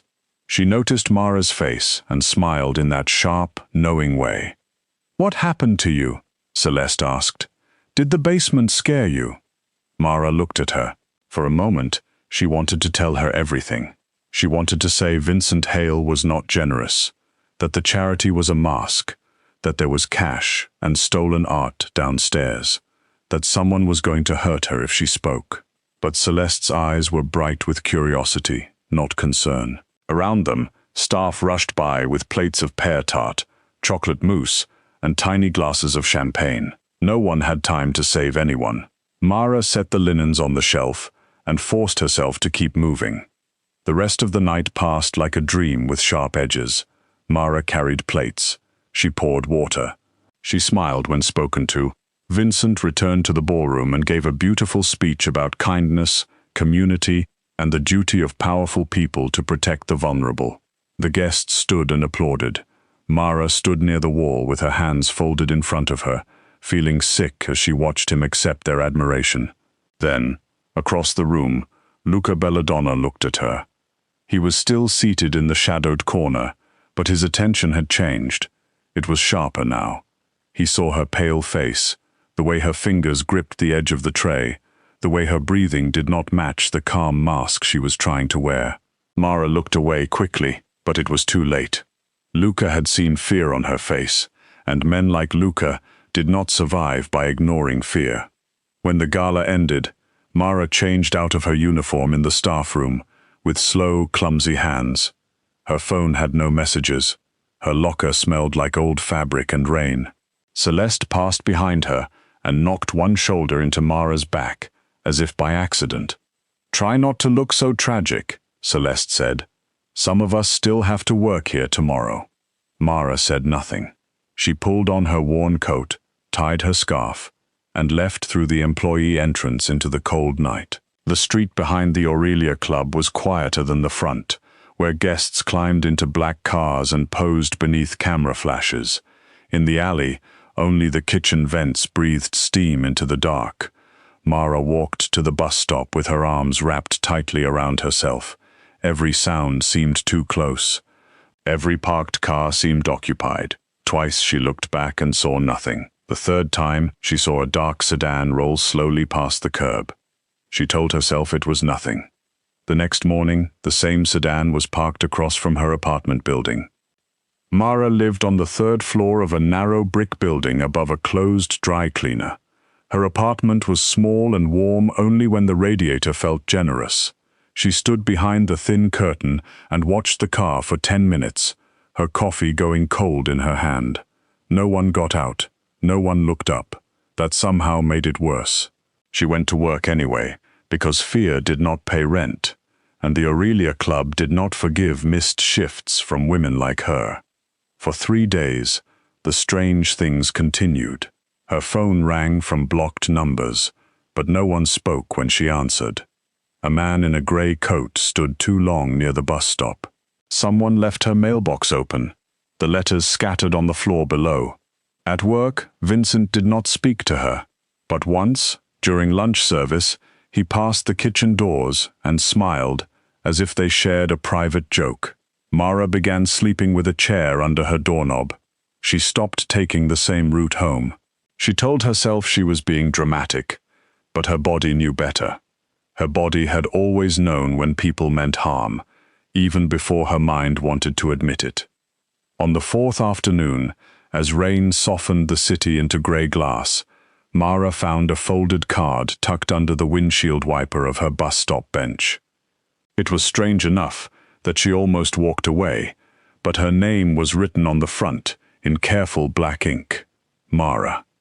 Inside, the message was short. You are being watched. The man in the grey coat works for Vincent Hale. The dark sedan belongs to another one of his men. You are not safe alone. If you want the truth, come to the Garden Cafe on Mercer Street at 4. Public table. No pressure. Luca Belladonna. Mara read it 3 times. Her first instinct was to throw it away. Luca Belladonna was not safety. He was another dangerous man, from another dangerous world. But he had not cornered her in a basement. He had not offered money for her silence. He had not looked at her like she was weak, stupid, or easy to buy. He had written thank you on a menu card because she gave him dignity when no one else did. At 4, Mara went to the Garden Cafe. It sat between 2 old buildings, hidden behind iron gates and winter vines. Even in the cold, small heaters glowed beneath the awning, and rain tapped softly against the clear roof. Luca sat at a corner table where he could see the entrance, the street, and the kitchen door without turning his head. A man in a dark overcoat stood near the gate, pretending to check his phone. Mara later learned his name was Enzo, and that he noticed everything, with the calm patience of a guard dog, who did not bark unless he planned to bite. Luca stood when Mara approached. The gesture startled her. Men at the Aurelia Club did not stand for servers. They barely moved aside when she carried hot plates past them. Luca opened the chair across from him and waited. He did not touch her. He did not crowd her. He simply gave her the choice to sit. Mara sat. For a moment, neither of them spoke. Rain slid down the glass above them. Luca had a small notebook open beside his tea. He wrote slowly, then turned it toward her. I know Vincent threatened you. Mara's throat tightened. How? Luca pointed lightly toward his eyes, then wrote again. You looked like someone trying very hard not to run. Mara let out a shaky breath. I heard him downstairs. He had cash, a drive, a painting. He said a final payment was moving after the auction. I do not even understand what I heard. Luca watched her face carefully while she spoke. When she finished, he picked up his pen.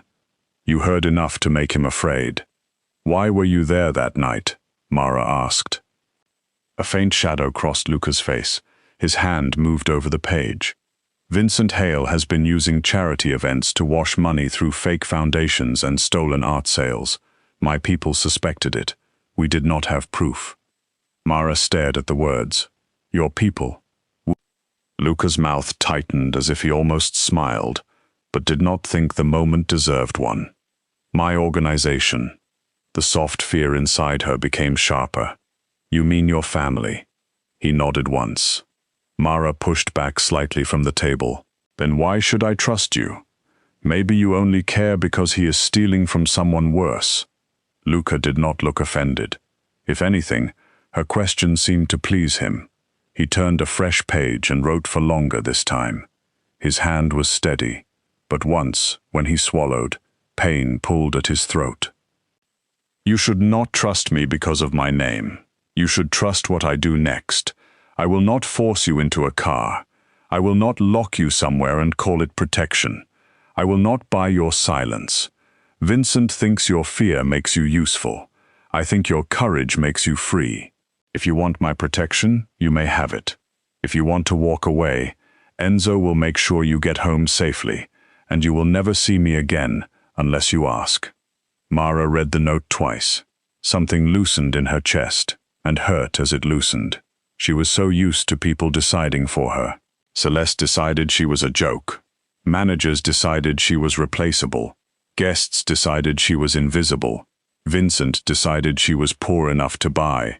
But Luca, a man everyone feared, sat across from her with scarred silence and offered her a choice. "I am scared," Mara admitted. Luca nodded. "I am angry too." Another nod. "I did not ask for any of this. I just wanted to do my job and survive another shift." Luca lowered his eyes for a moment, and when he wrote again, his words were smaller. "I know. Maybe it was the quiet of the garden. Maybe it was the rain. Maybe it was the fact that he did not tell her to calm down or be brave. He simply let her be frightened and angry, and somehow that made Mara trust him more than any promise could have.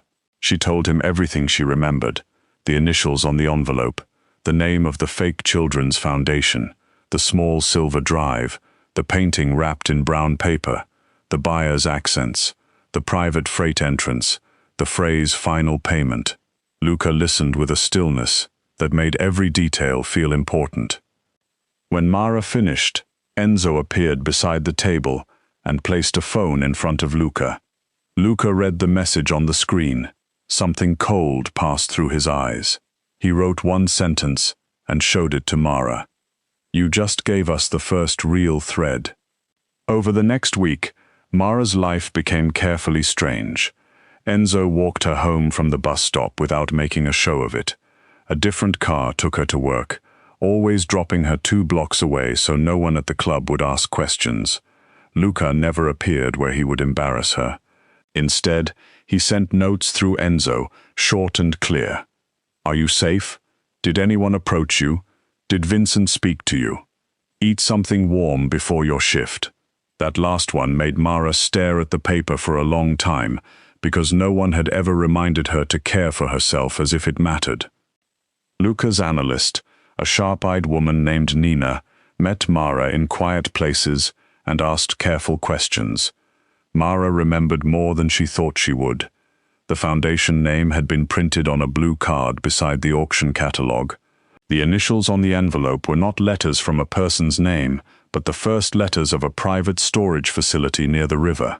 The wrapped painting had shown a woman's pale hand, and Nina found a stolen painting in an international database with that exact detail.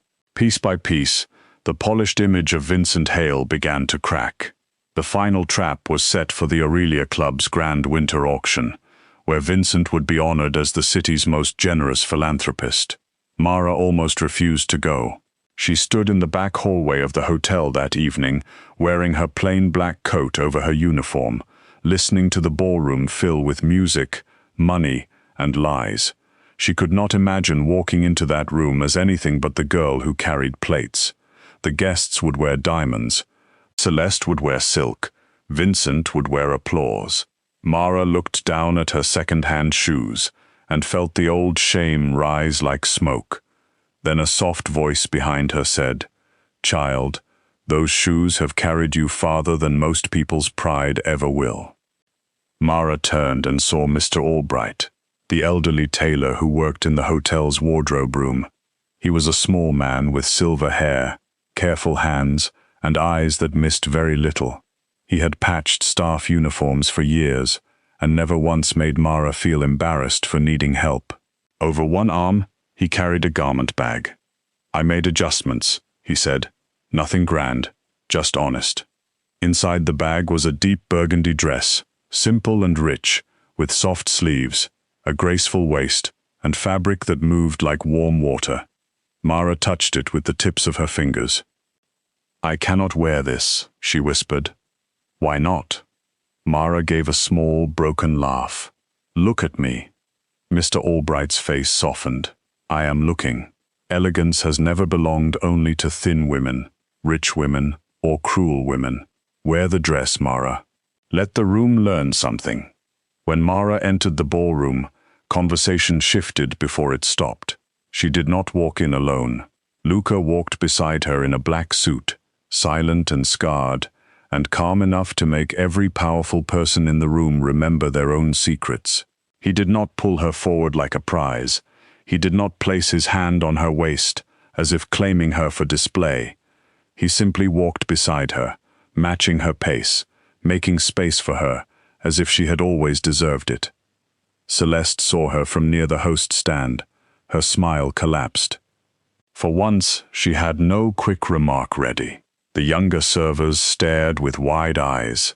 Guests who had ignored Mara for years looked at her now, not because she had become someone else, but because someone powerful had refused to let them keep pretending she was no one.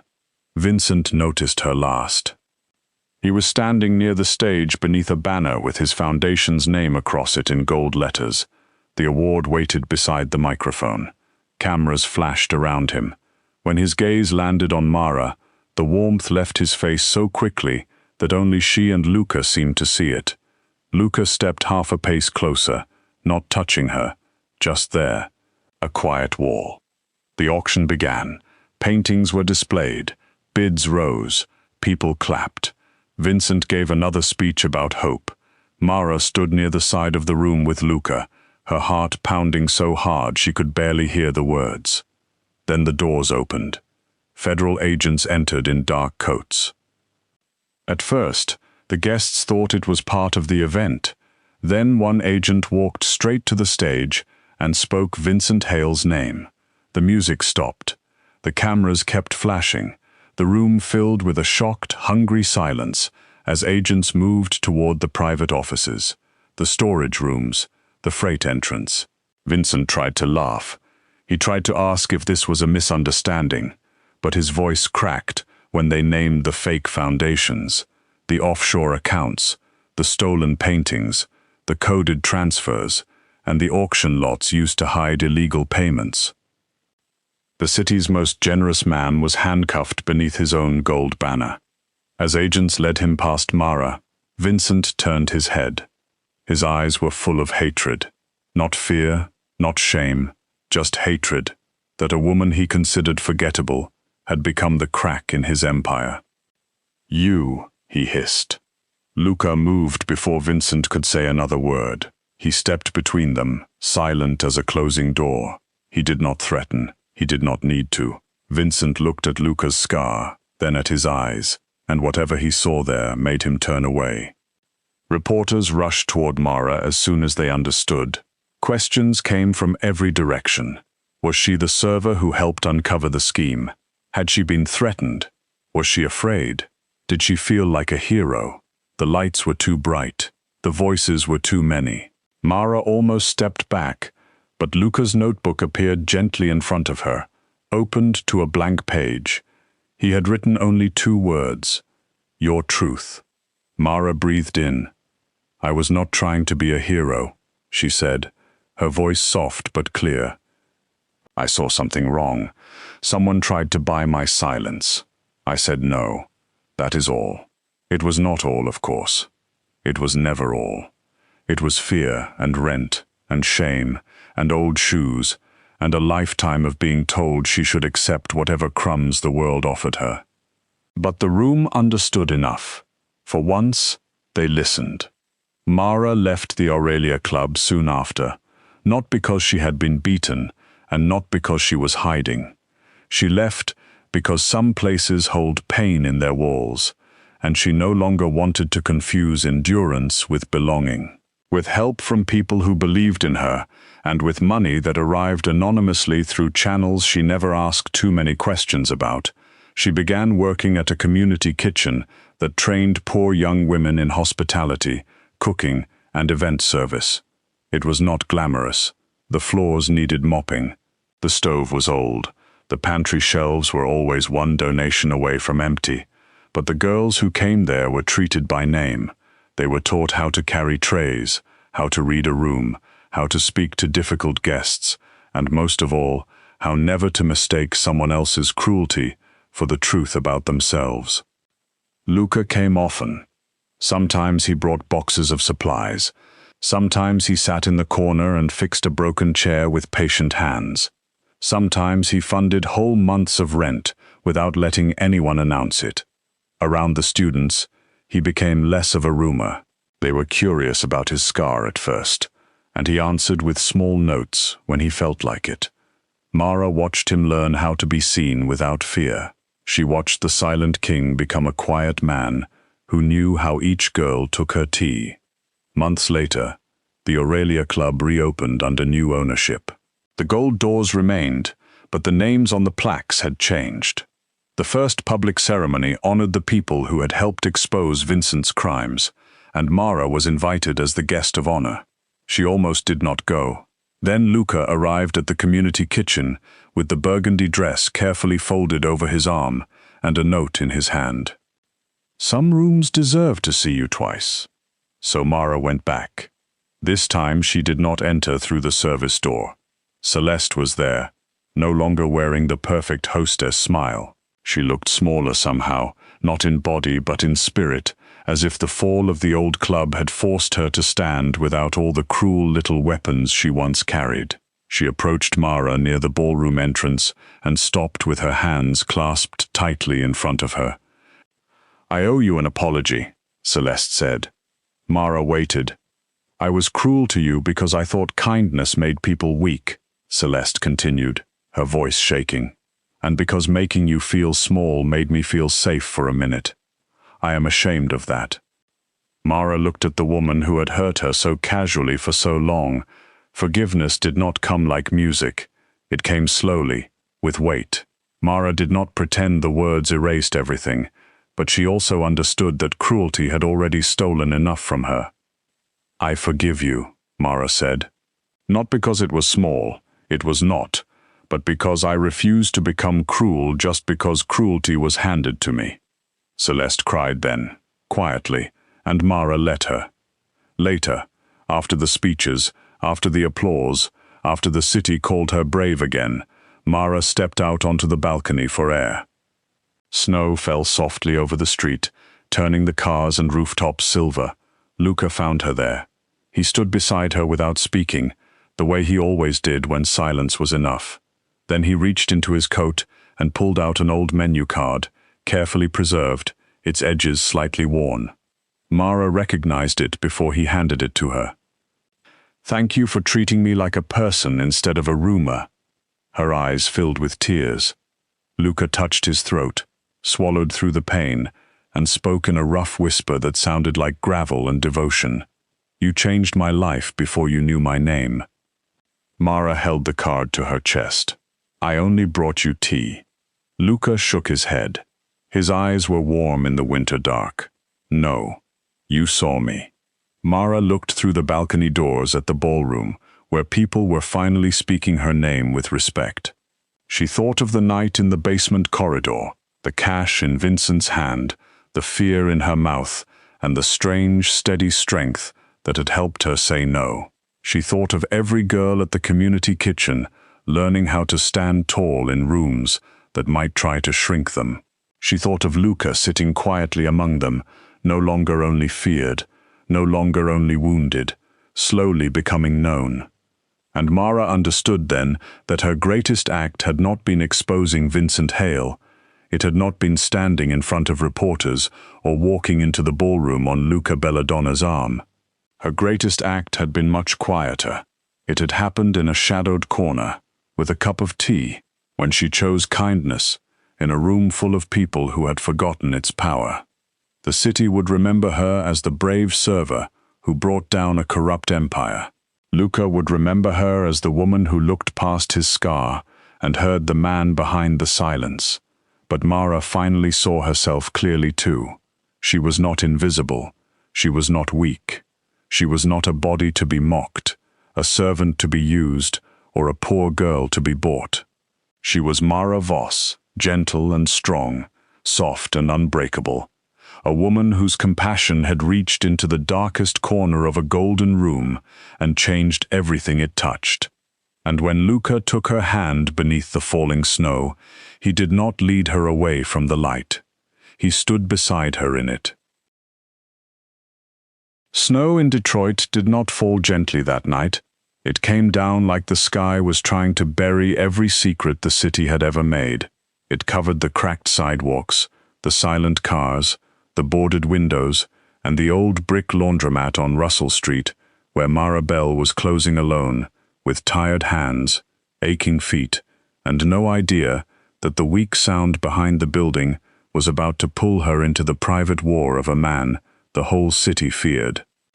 The laundromat had been empty for almost an hour, but the machines still held their heat. Warm metal clicked softly in the quiet. The dryers gave off that thick, sleepy smell of cotton, detergent, and old coins. Mara moved slowly between the rows, wiping lint from the folding tables and checking the washers for lost socks, loose buttons, and the little things tired people forgot when life was already taking too much from them. She was 32, fat, soft-spoken, and stronger than she looked, though most people only noticed the first two things. Customers saw her round face, her wide hips, her faded blue work shirt, and the gentle way she said thank you, and they decided she was harmless. Mara had learned a long time ago that being underestimated could be a kind of shelter, but it was a lonely one. Above the laundromat was the small apartment she shared with her 6-year-old nephew, Theo. The ceiling leaked in 2 places. The heater coughed like an old man. The kitchen window had a draft that whistled when the wind came off the river, but it was theirs, and Mara protected it with the stubborn devotion of a woman who had already lost too much. Theo was asleep upstairs under a dinosaur blanket, watched over by Mrs. Odelia from the downstairs apartment, an elderly retired nurse who always said she was too old for babysitting and then came over anyway, with soup, peppermint candies, and a sharp eye for trouble. Mara checked the clock above the vending machine. It was almost midnight. Her shoulders dropped with relief. Another day survived. Another few dollars made. Another night closer to rent. She unplugged the coffee pot, counted the small stack of bills in the register, then slipped the money into a canvas bank pouch and tucked it under her arm. Outside, the wind pressed against the front windows, making the glass tremble. Detroit in winter had a way of turning even familiar streets into something strange. The neon sign above the door blinked unevenly, washing the floor in tired blue light. Open, dark, open, dark. Like the building itself could not decide whether to keep going. Mara had just reached for the front lock when she heard it. At first she thought it was the wind moving through the alley, pushing loose trash against the service door. She stopped and listened. The machines clicked. The pipes knocked softly. Somewhere upstairs, the floor creaked as Mrs. Odelia moved from one room to another. Then the sound came again, faint and broken, almost swallowed by the storm. A small cry, not a scream, not even a word, just a weak little sound that made the back of Mara's neck go cold. She stood still for a long moment with her hand on the lock. Every sensible part of her said no. Do not open the back door after midnight. Do not step into an alley in a neighborhood where people learn to mind their own business if they wanted to wake up alive. Do not get involved in someone else's trouble when you already have a child upstairs, a past-due gas bill, and a life held together with tape and prayer. Mara knew all of that. She had survived by knowing when to lower her eyes, when to cross the street, when to pretend she had not seen a black SUV parked too long at the corner, or 2 men exchanging envelopes outside the pawn shop. Then the sound came again. This time, it trembled. Mara whispered a word she would have scolded Theo for using, then grabbed the heavy metal flashlight from under the counter. She moved through the narrow back hallway, past the mop sink and the shelves stacked with detergent jugs, and paused at the service door. Her heart beat so hard she felt it in her throat. She slid the chain free. The lock clicked open too loudly. Cold air rushed inside the moment she cracked the door, sharp enough to steal her breath. The alley was a long white wound between buildings. Snow swirled under the yellow security light. Trash bags huddled against the wall like sleeping animals. Mara lifted the flashlight, and the beam shook in her hand. At first, she saw nothing. Then she saw the fingers. A pale hand lay half buried in the snow beside the metal steps, curled around something small and silver. Mara forgot to be afraid. She pushed the door wide and hurried outside, her work shoes slipping on the icy concrete. A young woman was collapsed near the service entrance, soaked through, Hair stuck to her face, lips blue from cold. She could not have been more than 19. Her coat was gone. Her thin sweater clung to her like wet paper. One side of her cheek was scratched, and her body shivered in hard, uneven waves. "Oh, honey," Mara breathed. The girl made a weak sound and tried to pull away, but she had no strength. Her fist tightened around the silver thing she held. Mara crouched beside her, the cold biting through her pants, and gently touched the girl's forehead. Heat burned against her palm. Fever, a bad one. Mara looked down the alley. Empty. Snow. Darkness. The back of a locked restaurant. A line of dead windows. No one coming to help. No one claiming the girl. No one caring whether she lived until morning. Mara made her choice. She slid one arm behind the girl's shoulders and another beneath her knees. The girl was lighter than she should have been, all bones and tremors under wet clothing, but Mara still had to grit her teeth as she lifted her. Her own back screamed, and her knees threatened to give out, but she held on. Mara was fat, yes, and tired, yes, but her body had carried laundry bags, grocery boxes, sleeping children, and grief. It could carry one more lost girl through a storm. Inside the laundromat, warmth wrapped around them in a damp wave. Mara kicked the door shut and laid the girl carefully across the folding table nearest the dryers. She pulled warm sheets from a finished load that had been left behind by a customer and wrapped them around the girl's shaking body. Then she stripped off her own coat and tucked it over her too. The girl whimpered, her face twisting with fear even in sleep. "You're safe," Mara whispered, though she did not know if it was true. "You're safe for this minute, baby. We'll figure out the next one after." The silver object slipped from the girl's hand and clattered onto the tile. Mara picked it up. It was a locket, old and torn from its chain. The front was scratched, but still beautiful, with a delicate V engraved in the center. The hinge was bent. Mara tried to open it, but it stuck. Something about it made her uneasy. It did not look like something a sick runaway would own. It looked like something kept in a velvet box, something passed through a family that lived behind iron gates. The girl's breathing hitched. Mara put the locket in her apron pocket and hurried to the phone. Mrs. Odelia answered on the second ring, already irritated. "Marabelle, if that old dryer caught fire again, I told you last week to stop kicking it and call a repairman." "I need you downstairs," Mara said, trying to keep her voice calm. "There's a girl. She's sick. Real sick." There was 1 second of silence. Then Mrs. Odelia said, "I'm coming." 5 minutes later, the old woman came through the back stairwell in a purple housecoat, winter boots, and the same no-nonsense face she had worn through 40 years of hospital night shifts. Theo followed behind her, half asleep, dragging his stuffed bear by one leg. "Mara," he mumbled, rubbing his eyes. "Is somebody hurt?" Mara wanted to tell him to go back upstairs, but he had already seen the girl on the table, wrapped in warm sheets, her dark lashes trembling against fevered skin. Mrs. Odelia clicked her tongue and went straight to work. She pressed 2 fingers to the girl's wrist, checked her pupils, listened to her breathing, and asked Mara for towels, warm water, and tea with sugar. Her old hands were steady, her mouth was tight. "Hospital?" Mara asked softly. Mrs. Odelia looked at the girl's torn sweater, the bruised fear around her eyes, and the way her fist kept closing around nothing, as if she was still trying to hold the locket. Maybe. But if she ran from somebody, a hospital may call the wrong people before it calls the right ones. Mara understood exactly what she meant.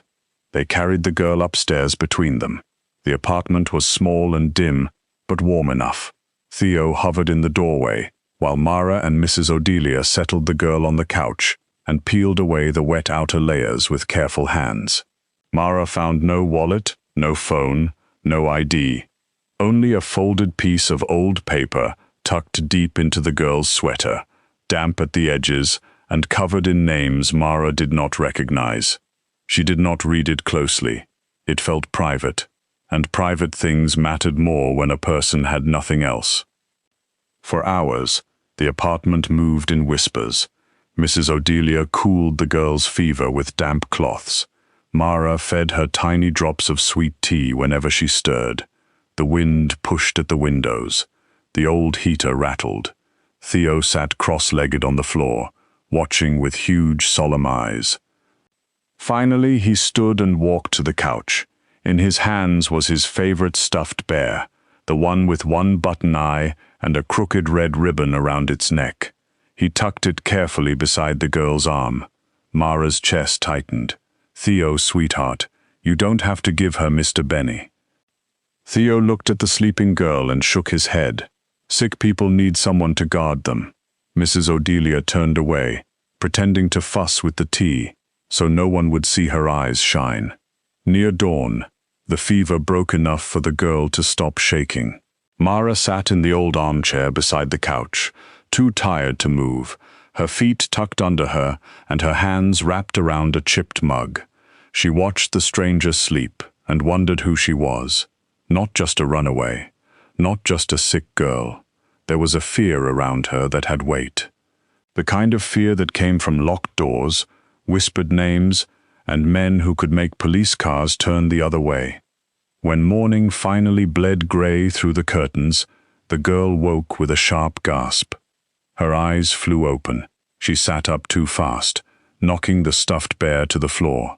Panic took over her face. She looked at Mara, then Mrs. Odelia asleep in the kitchen chair, then Theo curled under a blanket near the heater. She scrambled backward against the couch, clutching the sheet to her chest. "Don't," she whispered. Her voice was raw. "Please don't call him." Mara lifted both hands and stayed where she was. "I didn't call anybody." The girl's eyes darted toward the door. "I have to go. You have a fever, no coat, and about 3 inches of snow waiting outside," Mara said gently. "You won't make it 2 blocks." The girl tried to stand anyway. Her knees gave out. Mara rose but did not rush her. She let the girl see every movement. Slow, careful. No grabbing, no trapping. "My name is Mara," she said. "That's my nephew, Theo. That's Mrs. Odelia. She used to be a nurse. We found you behind the laundromat last night." The girl stared at her, breathing hard. "What's your name, honey?" A long silence filled the room. The girl looked at the window as if she expected someone to appear on the fire escape. Then she whispered, "Elise." Mara nodded. "Okay, Elise. That's enough for now. No last name," Elise said quickly, fear sharpening her voice. "Don't ask me that." "I won't." That seemed to confuse her more than a demand would have. Her face crumpled for one small second before she pulled it back together. Mara knew that look. It was the face of someone who had learned not to trust kindness, because kindness usually wanted payment later. Theo stirred near the heater and sat up, hair wild, cheeks creased from sleep. He saw Elise awake and smiled like the sun had entered the room. "You can keep Mr. Benny until you're not sick," he said. Elise looked down at the bear on the floor. Her lips parted. Something broke softly behind her eyes. She picked it up with both hands and held it to her chest, like it was the first safe thing she had touched in a long time. Across the city, while Mara poured another cup of sweet tea and pretended not to notice Elise crying into a child's stuffed bear, Dante Varick was standing in a private security command room with bloodless hands and a heart full of terror he would have killed any man for seeing. Screens covered the wall in front of him, each one showing a different part of Detroit.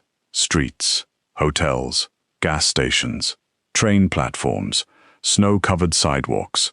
Every camera his people could access was being searched. Every driver he owned, every guard he paid, every man who owed him a favor, had been awake all night looking for one 19-year-old girl with dark hair, frightened eyes, and no coat. Dante Varick was not a man people kept waiting. He controlled construction bids before they were announced. He owned private security firms that guarded men richer than mayors. He could make a warehouse disappear from a city record and have a new building standing there before anyone asked the right question. Men lowered their voices when they said his name. Some crossed themselves, some smiled like fools, and then went pale when he entered the room. But that morning Dante did not look powerful. He looked haunted. Nico, his closest guard, stood near the door with his hands folded in front of him. Roman Vale stood by the monitors, silver-haired, calm, and dressed like a grieving uncle. Roman had served the Varick family for decades. He had advised Dante's father. He had helped raise the empire Dante now ruled. His face carried the sorrow of a man who had seen too much and survived all of it. "We will find her," Roman said quietly. Dante did not look at him. "You said that 6 hours ago, and I meant it then too." Dante's jaw tightened.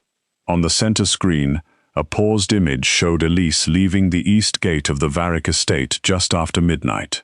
No phone, no money, no coat, just a sweater, boots, and something clutched in her hand. She had looked back once, not toward the cameras, but toward the house, toward him. That look had been killing him all night. "She thinks I lied to her," Dante said, his voice low. Roman lowered his eyes. The record must have confused her. Dante finally turned. "The record should have been locked in my father's cabinet." Roman held his gaze for exactly the right amount of time. Not too long, not too short. "Your father had many secrets." That was true. And because it was true, Dante said nothing. He looked back at Elise's frozen image. His sister, not by blood, never by blood, but blood had always seemed too small a word for what she was to him. He had found her years ago after a night of fire, screaming, and bodies in a rival family's safe house. She had been a child hiding under a table, silent with shock, a broken silver locket in her hand. Dante had been young then, not yet the man people feared, but old enough to know that leaving her there would stain him forever. He had carried her out himself. He had begged his father to keep her. And when the old man refused at first, Dante had stood between him and the child and said, "Then I go too." From that day forward, Elise was his. Not property, not debt, family. And now she was gone, because someone had placed the truth in her hands without love, without warning, without him there to soften the blow. Roman stepped closer. "There is something else." Dante's eyes sharpened. Roman opened a slim black folder and laid it on the table. Inside were printed messages, grainy photos, and a burner phone sealed in plastic. "One of my street contacts found chatter before dawn. A woman may have taken Elise from the alley behind a laundromat. Mara Bell, works nights, lives above the shop, poor, no husband, raising a child." At first, it looked like a rescue. Dante stared at the photo of Mara, a tired woman with soft cheeks and wary eyes, captured by some distant camera as she locked the laundromat on another night. There was nothing hard in her face, nothing criminal, but Dante had lived too long to trust faces. Roman turned another page. Then we found messages from a burner linked to a rival crew. They mention a girl matching Elise's description. They mention ransom. They mention moving her if pressure gets too close. The room went very quiet. Nico looked at Dante. "Boss." Dante did not move. His eyes stayed on Mara's photo.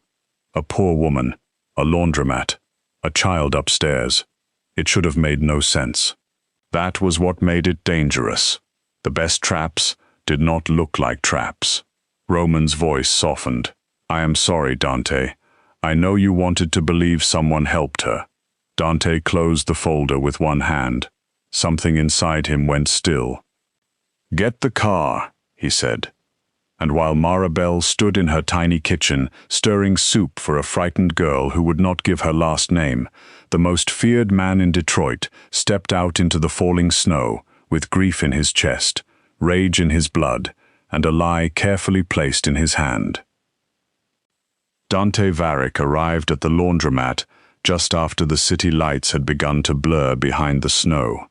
His black SUV stopped at the curb without a sound, too clean and too expensive for that tired little street, and for one long second it sat there like a shadow that had learned how to breathe. Mara saw it from the kitchen window while she was stirring soup in a dented pot, and something deep in her stomach went cold before the engine even turned off. Elise saw Mara's face change and stood so quickly that the blanket fell from her shoulders. She crossed the apartment in bare feet, still pale from fever, still weak enough to sway, but fear gave her strength. "No," she whispered, staring past Mara toward the street. "No, no, no." Mara lowered the spoon into the pot. "Is that him?"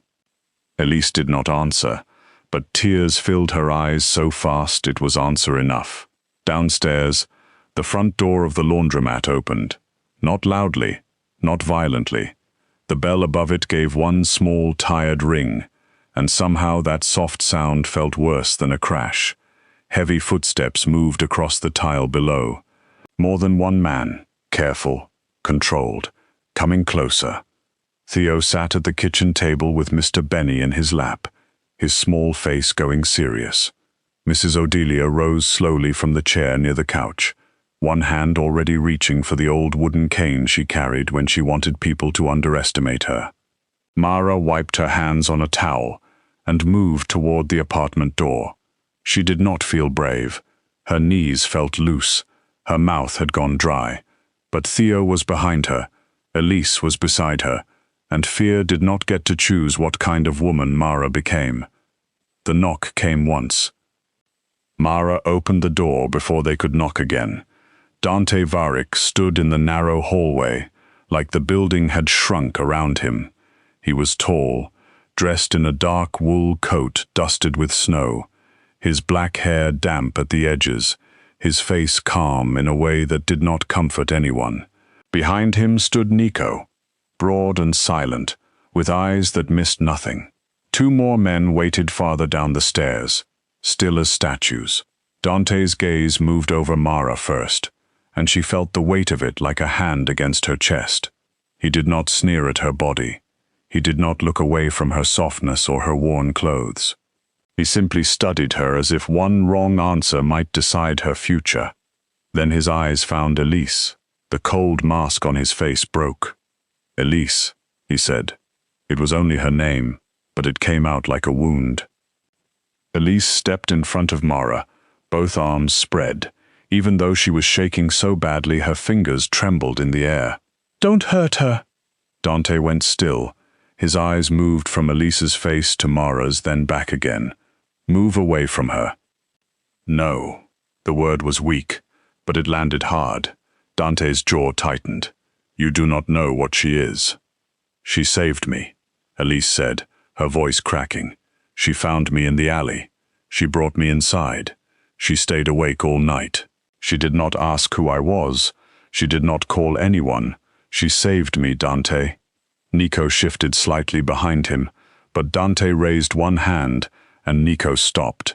Mara could see Dante fighting with himself, with whatever story had been fed to him before he came here. His face stayed quiet, but his eyes were full of storm. "I have evidence," Dante said softly. "Messages, witnesses, a burner phone tied to this address." Mara almost laughed, but there was no humor in it. "Sir, I can barely keep my phone bill paid. If somebody tied anything fancy to this address, they had more money than me, and more time than sense." Mrs. Odelia made a sharp little sound from behind her. "And if you came here believing this woman kidnapped that child, then someone has been feeding you poison with a silver spoon." Dante's eyes flicked to the old woman, then to Theo, who had slid out of his chair and was now standing in the kitchen doorway in dinosaur pajamas. His stuffed bear hung from one hand. Theo looked at Dante with the open, solemn curiosity only a child could get away with, in a room full of dangerous men. "Are you Dante?" Theo asked. Mara's heart clenched. "Theo, baby, stay back." But Theo only took one small step forward. "Elise cried for you when she was sleeping. She kept saying your name." Aunt Mara put cold cloths on her head. She gave her the big bowl of soup, even though that was supposed to be hers, and I gave Elise Mr. Benny because sick people need guarding. The apartment changed after that. No one moved. The snow tapped softly against the window. The soup bubbled on the stove. Dante stared at the little boy, and the hard certainty in his eyes began to crack. Not all at once, not easily, but enough. He looked around the room again, truly looked this time. The children's drawings taped crookedly to the wall, the clean blanket tucked around Elise's shoulders, the mug of sweet tea on the table, the damp towels folded near the sink, the careful poverty of a home where nothing was wasted and everything was shared. Mara watched him understand. The rage did not leave him. It simply turned. "Who gave you the file?" Elise whispered. Dante's eyes returned to her. "Roman." Elise flinched like the name had touched a bruise. Mara reached into the pocket of her work apron and pulled out the broken silver locket. Then she went to the counter and took the folded record from beneath an old cookbook, where she had hidden it after Elise nearly threw it away in fever and grief. She held both out to Dante. "She had these with her. I kept them safe because I thought maybe the truth mattered, even if it hurt." Dante took the paper first. The moment his eyes touched it, his face changed. Not much, but enough that Mara saw the blood drain under his skin. He turned the page once, then again, his thumb pressed against the old family seal printed at the bottom. "Only 3 people had access to this cabinet," he said. Nico's voice came low from the doorway. "Your father, you, and Roman," Dante finished. Elise covered her mouth. Her eyes filled again, but this time the fear had a different shape. It had found a name. Dante looked at Mara then, and for the first time, his face held something like shame.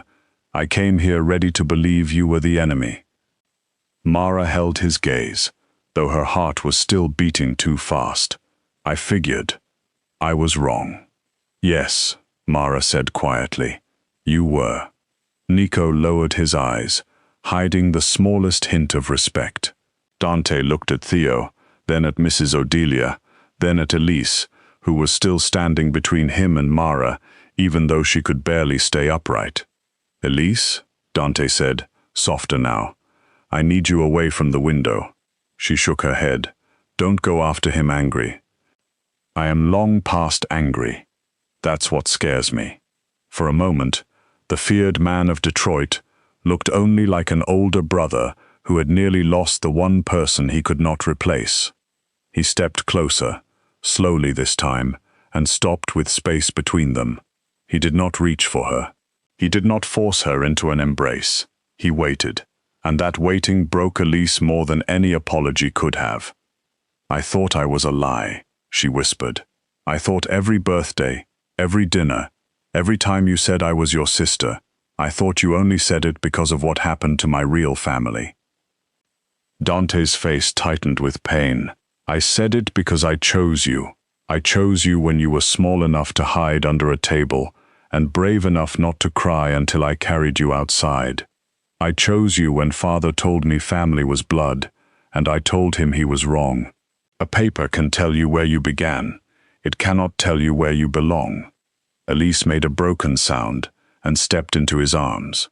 Dante held her like something sacred. His eyes closed for 1 second, and in that 1 second, the whole room seemed to breathe again.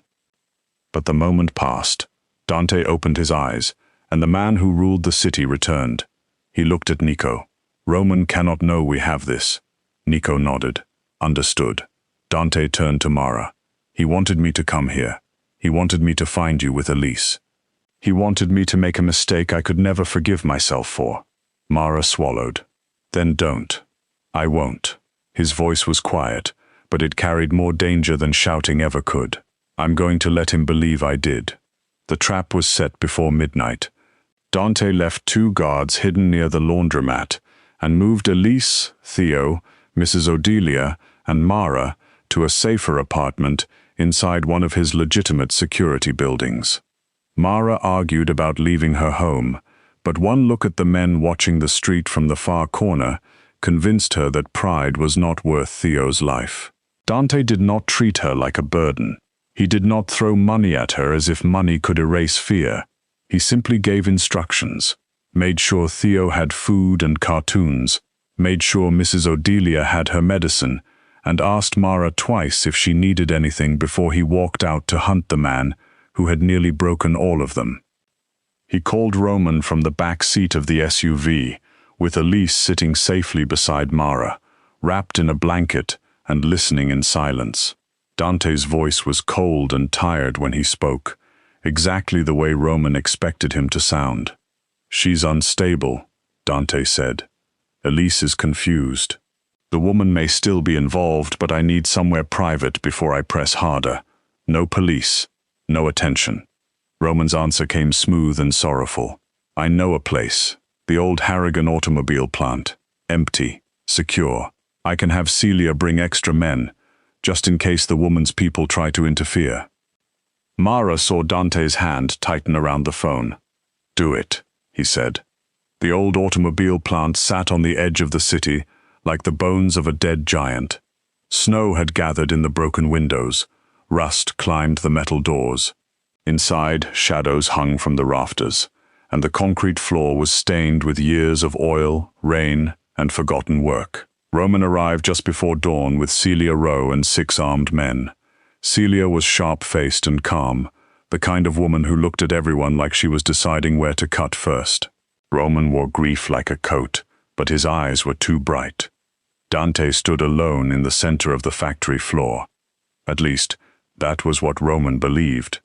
"You did the right thing calling me," Roman said, walking closer. This situation was becoming emotional. Dante's face gave nothing away. "Where is Celia's file?" Celia smiled and held up a phone. "All here. The fake messages, the witness payments, the burner trail. Enough to make Mara Bell look guilty to anyone who wanted to believe it." Roman's smile vanished. Celia froze. Dante tilted his head. "Thank you." The sound of safety's clicking echoed from the dark. Lights snapped on across the plant, bright and white and merciless. Men stepped out from behind old machines, from upper walkways, from office windows black with dust. Nico stood above them with a recording device in one hand and a gun in the other. Roman looked around slowly, and for the first time since Dante had known him, the old advisor seemed small. "You recorded this," Roman said. "I recorded all of it." Roman's face twisted. All the soft sadness left him, and what remained was bitter and ugly. "You always were too easy to lead when it came to that girl." Dante took one step forward. "She is my sister. She is a weakness. Your father knew it. I knew it. The whole city knows it. You could have ruled without mercy, without hesitation, without this softness rotting the center of you, but you chose a foundling girl and called it loyalty." Dante's expression did not change, but Mara, watching from the old office doorway, where she was supposed to stay hidden with Nico's men, felt the air go colder. Roman kept talking, because men like him always believed their own bitterness was truth. He admitted the cabinet. He admitted the record. He admitted the camera footage he had deleted, the witnesses he had bought, and the plan to make Mara look like a criminal. Celia tried to step back, but Nico's men blocked every exit. Then everything broke at once. One of Celia's men panicked and reached for his weapon. A shot cracked against the ceiling. People shouted. Boots pounded against concrete. Mara stumbled backward, her hand pressed over her mouth, but before she could retreat into the office, Roman moved faster than she thought an older man could move. He grabbed her from behind and yanked her against him. One arm locked tight around her chest, the other hand pressing a gun under her chin. Dante went still. The whole factory went still with him. Roman breathed hard against Mara's ear. "Of course," he spat.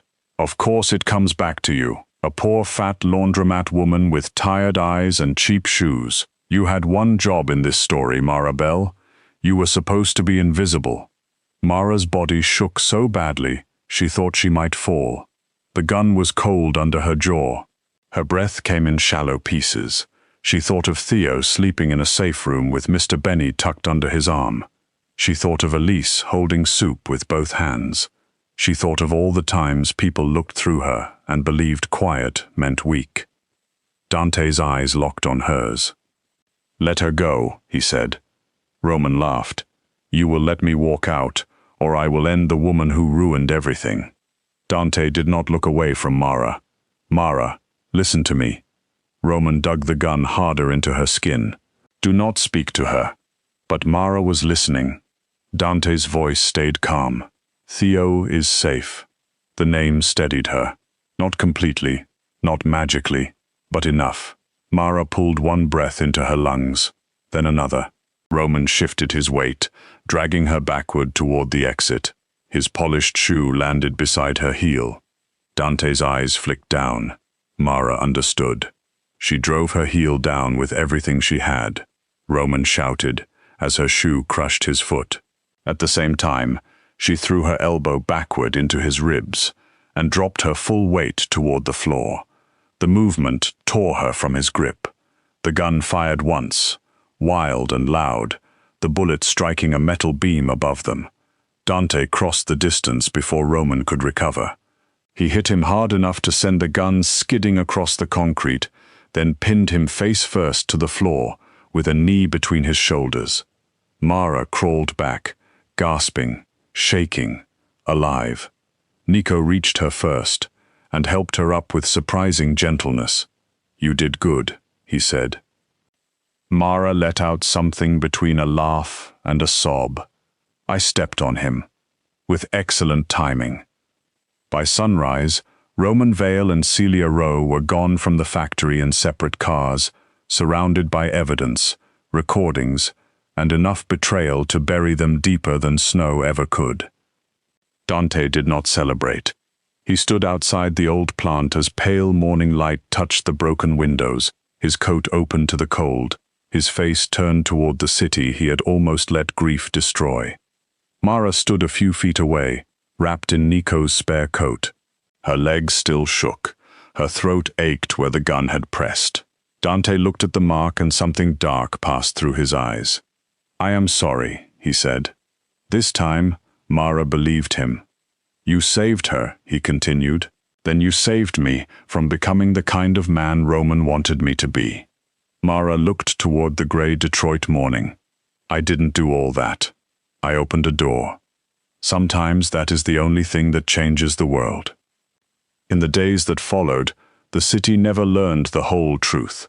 Men like Roman disappeared into legal silence, their crimes carefully handed to authorities who owed Dante enough favors to make the process clean. Celia's network collapsed before noon the next day. Bribed witnesses took back their lies. Burner phones were traced, accounts frozen, and every false thread tied to Mara Bell was cut away until nothing remained but the truth. She was not a criminal. She was a laundromat worker who had found a dying girl in the snow and refused to look away. Dante kept his promise in the only way Mara would allow. He did not bury her under charity. He did not sweep into her life and try to buy her pride. Instead, he offered her work, real work. One of his legitimate companies had laundry contracts with hotels, clinics, and private security offices across the state. The operation needed someone honest to manage scheduling, quality, staff, and accounts. Mara knew laundry better than any man in a suit who had never cleaned a lint trap in his life.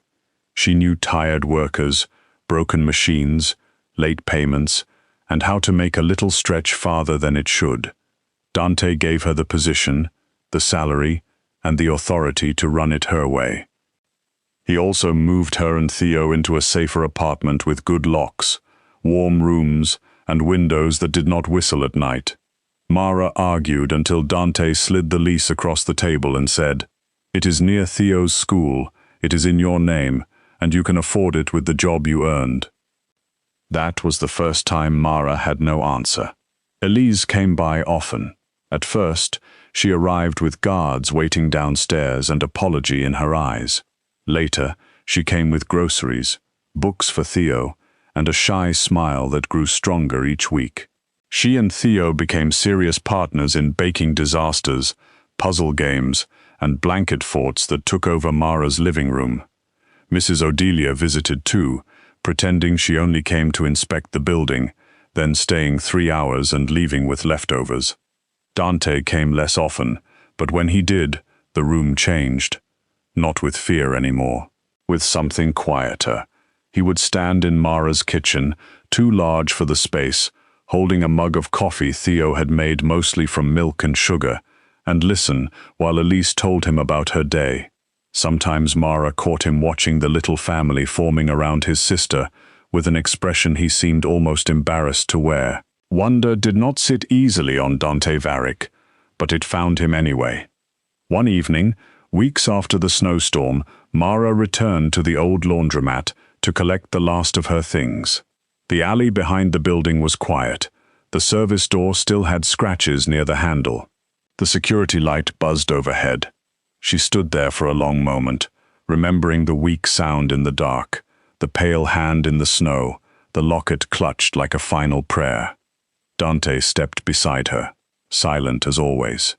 "You could have ignored it," he said. Mara looked at the alley. "I almost did. But you didn't." "No." She breathed in the cold air and let it out slowly. "I guess I knew what it felt like to hope somebody would notice you." Dante did not answer right away. When he did, his voice was softer than the city would ever believe. "I noticed." Mara turned to him. He was still dangerous. He would always be dangerous. Power clung to him like a shadow. But now she understood that power was not the heart of him. Elise was. Loyalty was. The terrible, stubborn love of a man who had chosen family once and never stopped choosing it. Inside Mara's coat pocket, the repaired silver locket rested warm against her palm. Elise had asked her to keep it for a while, saying it no longer felt like proof of what she had lost, but proof of what had survived. Mara closed her fingers around it and smiled. By spring, the lonely apartment above the laundromat was empty, but no one who mattered felt homeless anymore. Elise learned that being chosen could be just as sacred as being born into a name. Dante learned that fear could build walls, but trust was the only thing that made a home. Theo learned that sometimes heroes looked like tired women in work shirts, old nurses in purple housecoats, frightened girls with broken lockets, and scary men who brought excellent hot chocolate when they were trying very hard not to look scary. And Mara Bell, who had once been dismissed because she was poor, soft, quiet, and easy to overlook, became the center of a story no one in Detroit would ever fully know. She did not wear a crown.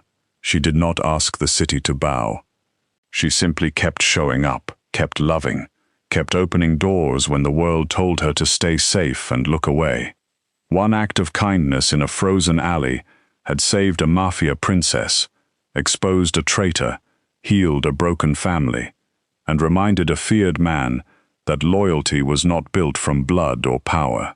It was built in warm kitchens, in sleepless nights, in small hands offering a stuffed bear, and in the courage of a woman who stayed when running would have been easier. In the end, Mara did not become powerful because Dante Varick stepped into her life. She had been powerful all along.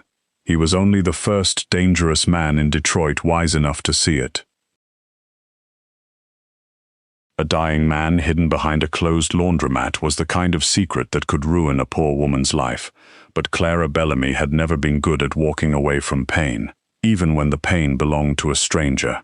Even when the stranger wore a coat worth more than her rent, bled onto the cracked tile like trouble itself, and watched her through the dark, with eyes so cold they made the winter rain outside feel almost warm. Brooklyn had forgotten Clara long before that night.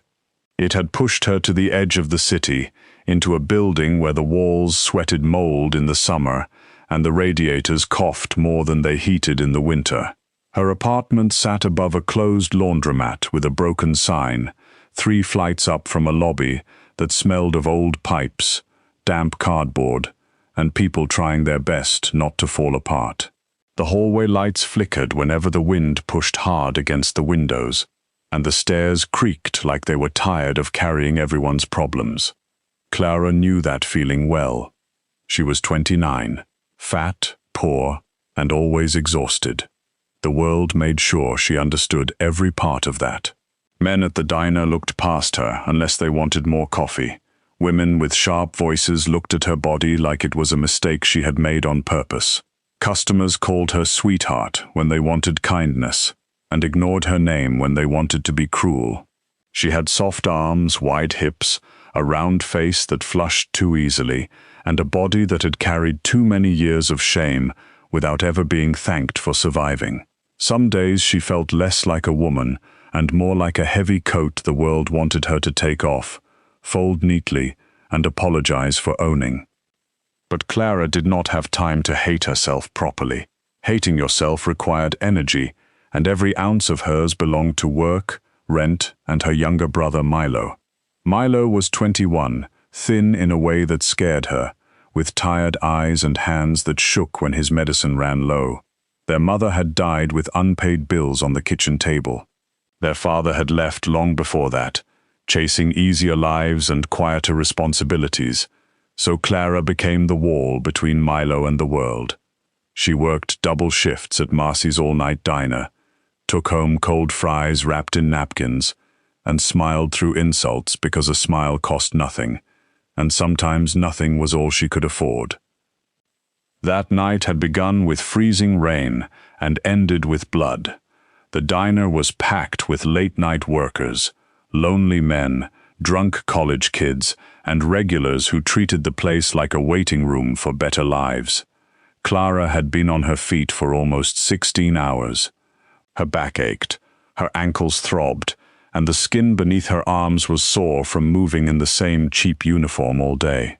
She had saved 3 stale rolls in a paper bag, telling herself she would give 2 to Milo and keep 1 for breakfast, though she already knew she would give him all 3. Near midnight, a man in a navy coat grabbed the wrist of another waitress, a young girl named Tessa who had only been working there for 2 weeks. Tessa froze with the blank, frightened look of someone still learning that some men confused service with permission. Clara saw it from across the counter. She also saw their manager, Danny, look away. Clara did not look away. She walked over with a coffee pot in one hand and a calmness she did not feel in the other. She told the man to let go. He laughed. His friends laughed too. One of them looked Clara up and down and said something about how a woman her size should be grateful for any attention. The words hit the old bruises inside her, the hidden ones no one could see, but Clara only set the coffee pot down and stepped between him and Tessa. When the man tightened his grip, Clara poured hot coffee across the table, not on him, but close enough to make him jump back and curse. Danny fired her before the man even paid his bill. He did it in the alley behind the diner, under a rusted awning where rain dripped down the back of Clara's neck. He told her she was bad for business. He told her customers came first. He told her there were 100 women waiting for her job, women who did not make scenes, women who knew when to keep their mouths shut. Clara stood there, in her soaked diner shoes, holding her paper bag of stale rolls against her chest, and listened, like she had listened to bad news her whole life, quietly, carefully, without giving anyone the pleasure of seeing her break. The walk home felt longer than usual. The rain had turned sharp and icy, needling her cheeks, slipping beneath her collar, soaking her cheap coat until it hung heavy around her shoulders. Brooklyn blurred around her in puddles of yellow streetlight and passing headlights. Every closed store seemed to stare at her.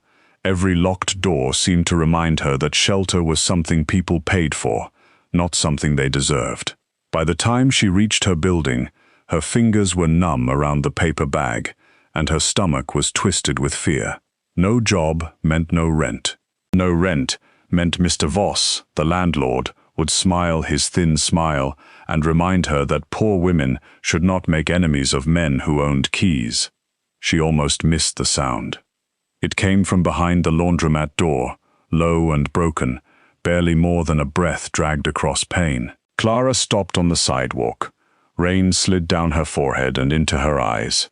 The laundromat had been closed for months, its windows taped with old notices, its machines still visible inside like rows of sleeping metal animals. At first, she thought maybe a stray dog had found a way in, or a raccoon trapped near the back. She told herself to go upstairs. She told herself Milo was waiting.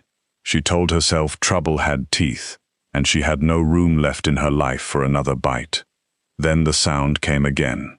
Clara pushed against the side door near the alley. It should have been locked, but the frame had rotted, and the latch gave way with a tired click. Inside, the air smelled of dust, detergent, rust, and something darker. She stepped into the dimness, her wet shoes squeaking against the tile. Moonlight leaked through the dirty windows. The washing machines sat in crooked lines. The old vending machine in the corner had been smashed open years ago. Near the back room, between two machines, a shape moved. Clara's breath caught. A man was slumped on the floor, one hand pressed hard against his side. His black coat was soaked through, not just with rain, but with blood. More of it marked the tile beneath him, in a dark, spreading shine. He looked too expensive for this place, too sharply made for the broken room around him. Even wounded, he seemed dangerous.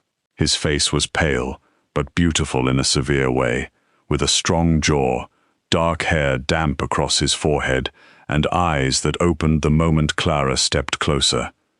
"Don't call anyone," he said. His voice was low, rough, and controlled, even though pain pulled at the edges of it. Clara froze. Any sensible woman would have run.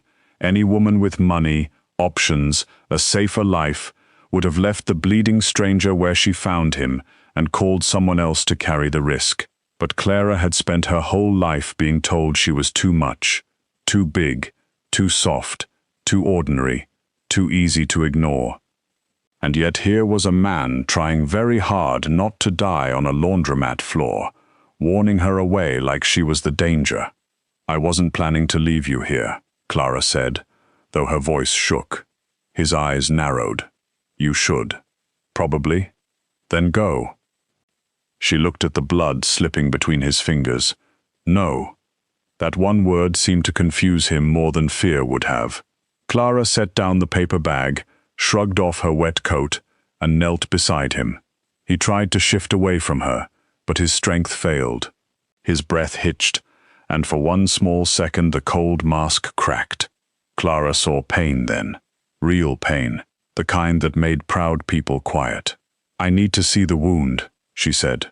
"No. You can argue with me when you have enough blood left to be rude." His mouth twitched, almost like he wanted to smile, but had forgotten how. Clara helped him move his hand. The wound was deep, low along his side. A knife wound if she had to guess, though she had never seen one outside of television. Her stomach rolled, but she swallowed it down. Panic would not help him. Fear would not close the wound. She had no medical kit, no clean bandages, no hot water, except what the old sink might still give her if the pipes had mercy. What she did have was a clean bedsheet upstairs, one she had washed by hand and saved for Milo's bed because his cough got worse when the blankets smelled damp. She ran upstairs and came back with it. The man watched her tear it into strips.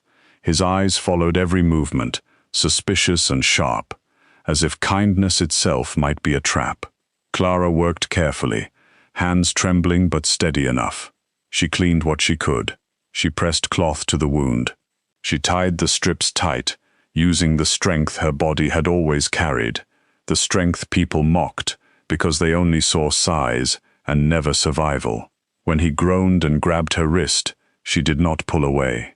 "I know," she whispered. "I know it hurts. You don't know anything about me."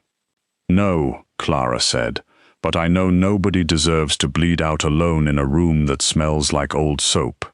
He stared at her then, really stared, like he was trying to decide what kind of woman said things like that when she had every reason to protect herself. Clara looked away first. She was used to men staring at her with judgment, amusement, or hunger that turned cruel when their friends noticed. This stare was different. It was too focused, too quiet. It made her feel seen in a way that frightened her. When the bleeding slowed, she helped him into the back room, where an old office chair and a broken folding table sat beneath a dusty calendar from years ago. He was heavier than she expected, all muscle and tension, but Clara braced herself and pulled. Her thighs burned, her back screamed. He tried to help, failed, cursed under his breath, and finally let her drag him inch by inch across the floor. By the time she got him settled against the wall, she was sweating beneath her wet clothes, breathing hard and shaking from cold and effort. She opened the paper bag and took out one of the stale rolls. His eyes dropped to it. "What is that?" "Dinner," she said. "For who?" She hesitated. "It doesn't matter. It matters if you are giving it to me." Clara broke the roll in half and held it out. "Eat. I can pay you." "I didn't ask. Everyone asks. Maybe you know the wrong people." He looked at the bread in her hand like it was more dangerous than the knife wound. Finally, he took it. His fingers brushed hers, cold and strong despite the blood loss. He ate slowly at first, then with the controlled hunger of a man who did not want anyone to notice he needed anything. Clara gave him water from the sink in a cracked mug she rinsed 3 times. She gave him another piece of bread, then another. Each time, he watched her like the act made less sense than the wound. "What's your name?" she asked after a while. He was silent so long she thought he would refuse. "Adrian," he said finally. "Just Adrian? For tonight?"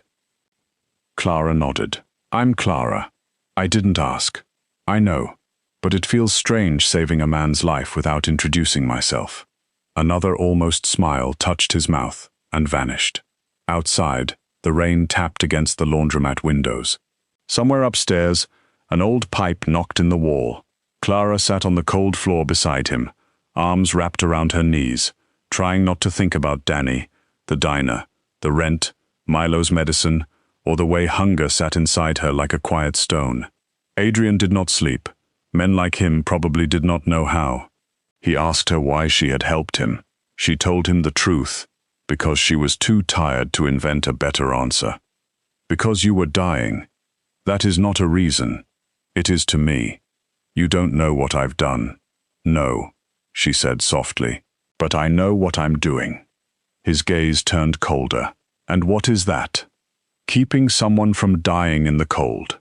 For the first time that night, Adrian looked away. The hours stretched thin and strange. Pain made him quieter. Exhaustion made Clara softer.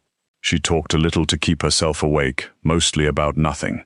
The diner, her brother, the broken radiator, how the laundromat used to smell like lavender when she was a girl and her mother still had enough hope to fold clothes carefully. Adrian said almost nothing, but he listened. Clara could feel it. Not polite listening, not bored listening. He listened like every word was being placed somewhere inside him for later. Near dawn, Clara's body finally betrayed her. She sat with her shoulder against the wall, promising herself she would close her eyes for 1 minute and then check his bandage again. The last thing she saw was Adrian watching her through the grey light, his face unreadable, his hand resting over the cloth she had tied around him. When she woke, he was gone. For a moment, Clara thought she had dreamed him. The blood was still there. The torn sheet was still there. The cracked mug sat empty beside the wall.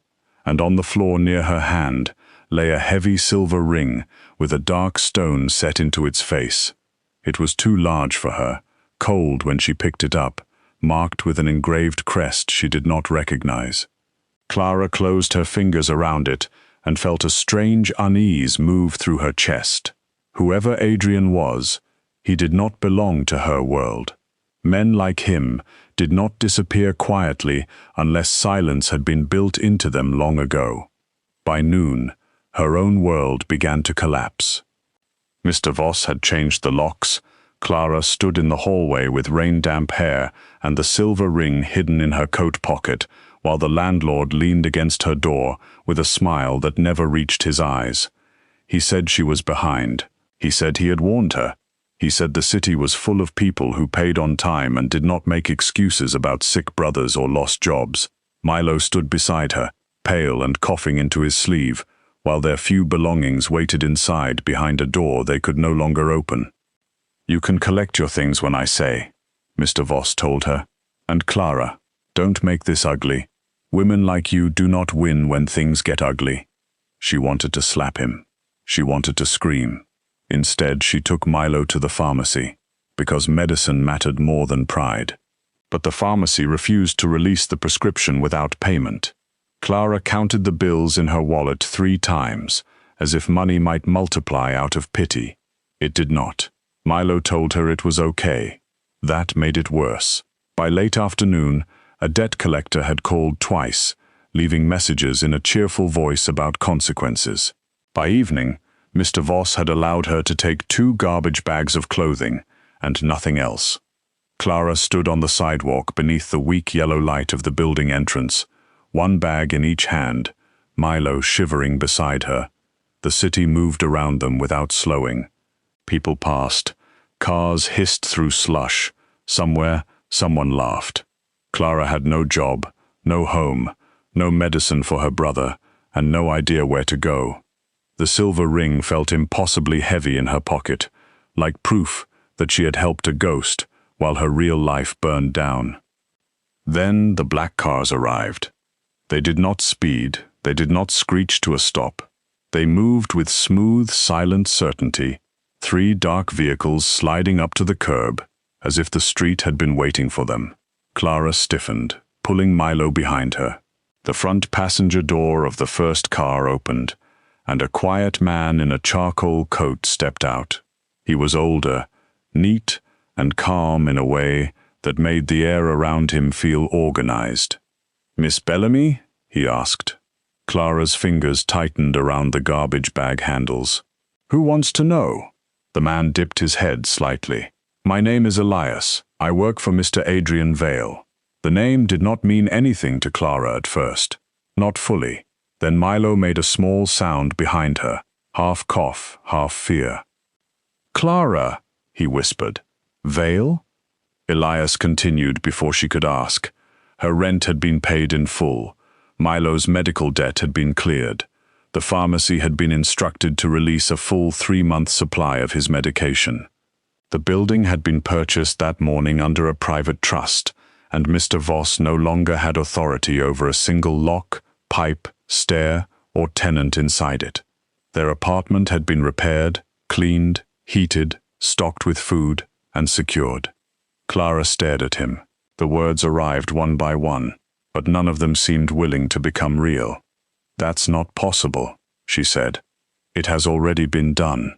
"I don't understand." Elias opened the rear door of the car. Mr. Vale expected that. Clara almost refused to get in. Pride rose in her throat, thin but stubborn. Then Milo coughed again, and the sound broke whatever argument she might have made. Elias did not touch her. He did not rush her. He simply waited while Clara helped her brother into the warm car. The seats smelled of leather and cedar. Heat wrapped around them like mercy. Clara sat stiffly, still holding the garbage bags on her lap, because she did not know where else to put the last pieces of her life. When they returned upstairs, Clara barely recognized the apartment. The mold had been scrubbed away. The broken window had been replaced. The radiator breathed real heat into the room. Fresh blankets covered Milo's bed. The refrigerator, usually hollow and humming, was full. There was fruit on the counter, bread in the cabinet, soup on the stove, and a row of medicine bottles lined carefully beside a glass of water. Clara walked through it all in silence, afraid that speaking would make it vanish. On the kitchen table sat a cream envelope. Her name was written across the front in dark ink. The handwriting was elegant, controlled, and somehow familiar. Clara opened it with shaking fingers. Inside was more money than she had ever held in her life, and a note. "You gave me bread when you had none to spare. Now you will never beg for crumbs again." It was signed Adrian Vale. Milo sat down slowly at the table. "Clara," he said, voice low.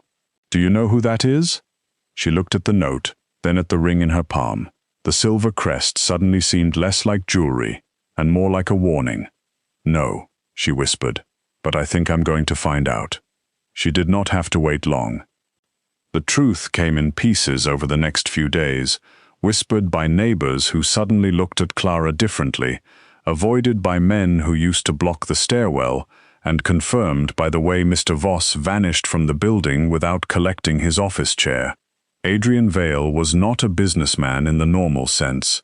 He was not a banker, not a landlord, not some rich stranger with a generous heart. He was the Iron King, the name people used carefully when they thought walls might be listening.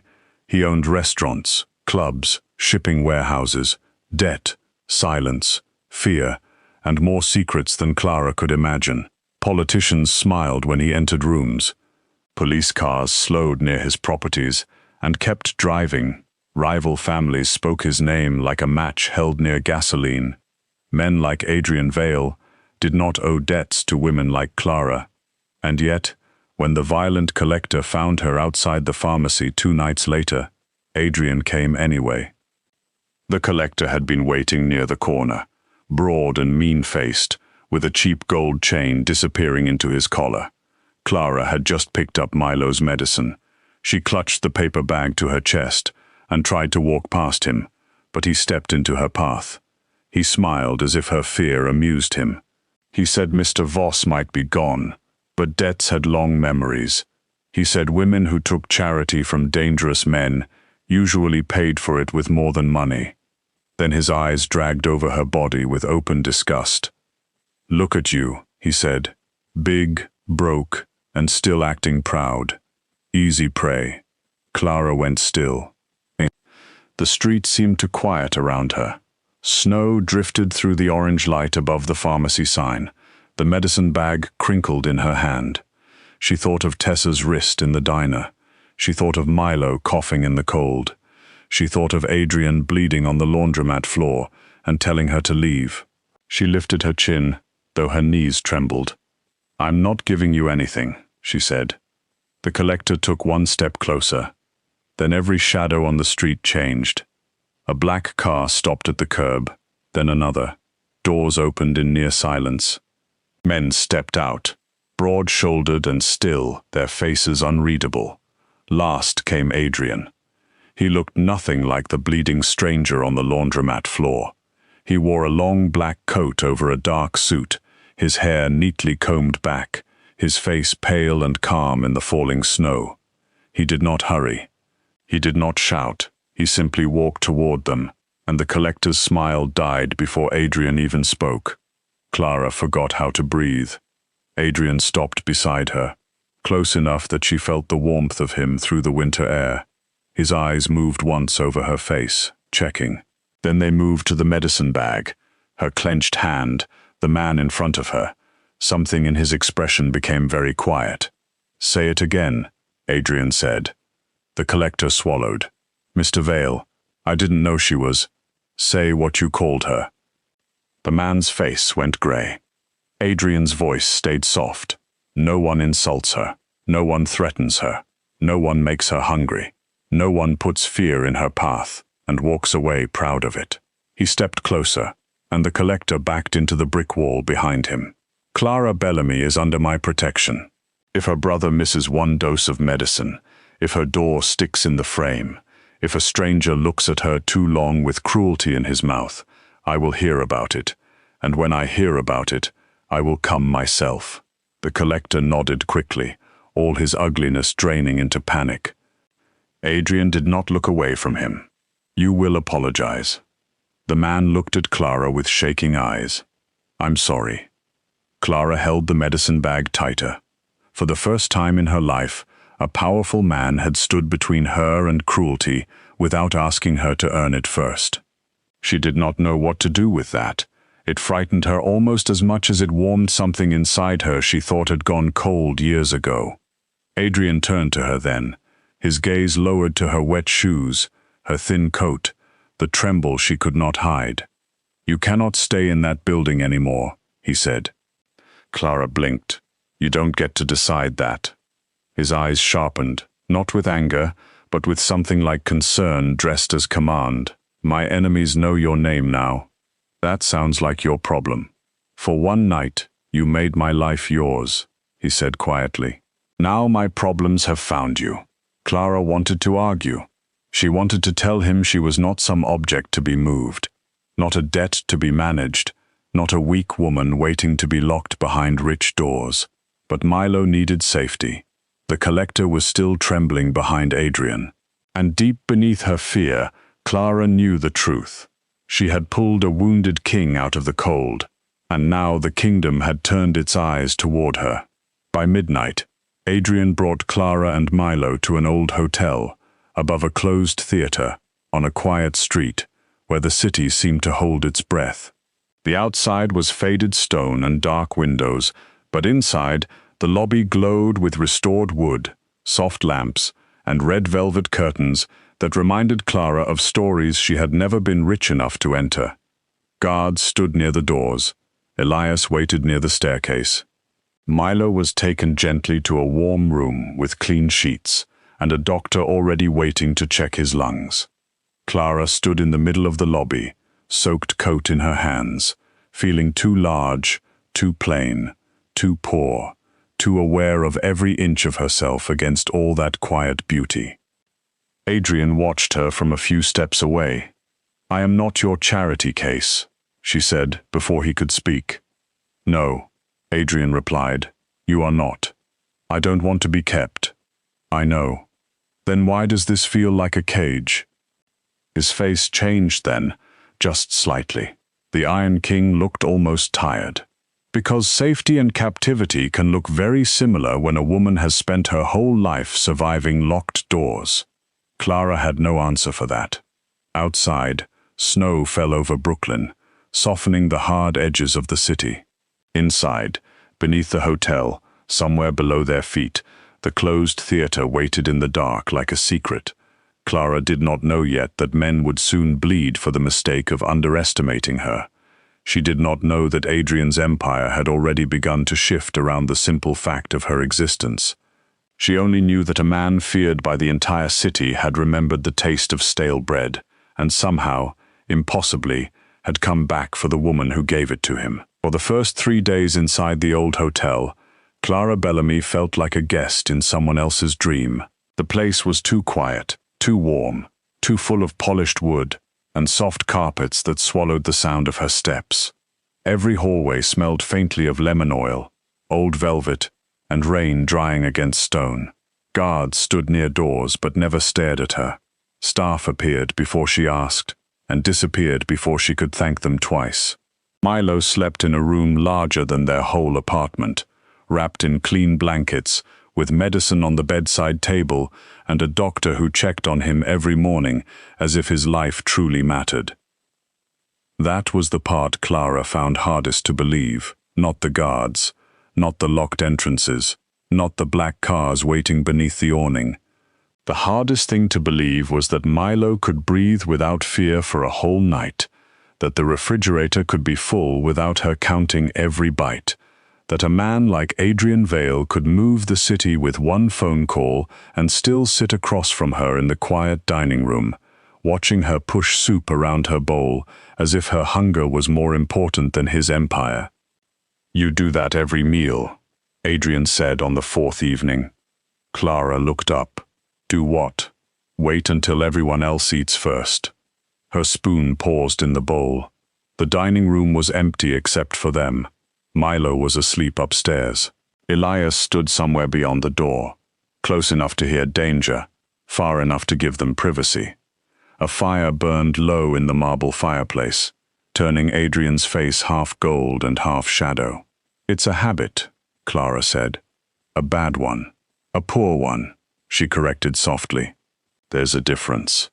Adrian's eyes held on her. He never looked at her the way other men did. He did not glance quickly and look away. He did not wear pity like perfume. He looked directly, calmly, as if every part of her belonged in the room because she was in it. Sometimes it made her angry. Sometimes it made her want to cry. Sometimes, worse than both, it made her want to believe him. "You are not poor anymore," he said. Clara gave a small, tired laugh. "Money showing up around me does not erase who I am." "No," Adrian said. "It reveals who everyone else was when you had none." That silenced her. Adrian had a way of doing that, saying things in a low voice that felt less like comfort and more like a door opening somewhere inside her. Clara looked down at the soup. It was rich, warm, and fragrant with herbs. She was hungry. She was always hungry, even when food sat in front of her, because hunger had become more than an empty stomach. It had become memory. It had become caution. It had become shame. Adrian reached for the basket between them and placed a piece of bread on her plate. Clara stared at it. "You gave me bread when you needed it more than I did," he said. "Do not make me watch you deny yourself what is already yours." The words were not gentle exactly. Adrian Vale was not a gentle man. Gentleness did not sit naturally on him. But there was care beneath the command, and that care unsettled Clara more than cruelty ever had. Cruelty she understood. Cruelty had rules. It came from landlords, managers, customers, men on street corners, women at counters, and people who thought softness was permission. Care from a man feared by the city had no rules at all. She picked up the bread and ate. Adrian watched her do it like something ancient in him had gone still. Life inside the hotel settled into a strange rhythm. Milo improved first. Color returned to his cheeks, little by little. He began walking the long halls in the afternoons, always with one of Adrian's men nearby. Though Milo quickly learned their names and made them laugh with dry comments, Clara had not heard from him in months. The closed theater below the hotel became his favorite place. Its red seats were covered in white cloth, the stage dusty but beautiful, the ceiling painted with faded clouds and tiny gold stars. Adrian had bought the hotel years ago, Clara learned, not for business, but because his mother had once sung on that stage before the Vale name became something people whispered. Clara discovered this from Elias, not Adrian. Adrian did not talk about the past, unless it slipped out of him by accident. He spoke in orders, facts and quiet warnings. He met men in dark rooms. He took calls at odd hours. Sometimes he disappeared before dawn, and returned with tired eyes and bloodless hands, carrying silence like another coat. The city feared him because it had reason to. Clara never allowed herself to forget that. He was not a wounded prince from a story. He was a dangerous man who had done dangerous things and would do them again. And yet, with her, he changed. Not all at once. Not in a way that would make anyone call him soft, but he listened when Clara told him the cook's daughter needed extra days off because her baby was sick. He listened when she said one of the guards had been limping for 2 days and should see a doctor instead of pretending pain was loyalty. He listened when she asked why fear had to be the only language his men understood. Because fear is reliable, Adrian told her one night as they stood in the empty theater, looking out over the covered seats. "No," Clara said. "Fear is loud. That's not the same thing." He turned his head toward her. "And what is reliable, Clara Bellamy?" She felt the weight of his gaze, but she did not look away. "Loyalty, if you've earned it." For a long moment, he said nothing. Then he looked back at the stage, his jaw tight, as if her words had found a bruise. Not everyone liked the way Adrian listened to her. Lucien Vale was the first to show it openly. He arrived on the 7th day in a tailored grey coat, smiling, as if every room belonged to him until Adrian entered it. He was handsome in a colder, thinner way than Adrian, with pale eyes that moved too quickly and a mouth that seemed always close to mockery. He greeted Clara with perfect politeness, but his gaze slid over her body and dismissed her before his hand even touched hers. "So this is the famous Clara," Lucien said. "The woman who fed the king." Clara pulled her hand back. "I fed a bleeding man. I didn't know he came with a title." Adrian's mouth almost moved. Lucien's smile tightened. From that moment, Clara knew Lucien disliked her. He hid it well when Adrian was watching. He called her Miss Bellamy. He asked after Milo's health. He praised her courage in the laundromat with the smooth voice of a man polishing a knife behind his back. But when Adrian turned away, Lucien's eyes changed. They became flat and measuring.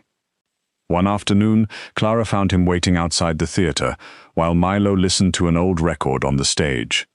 "You should be careful," Lucien said. Clara stopped.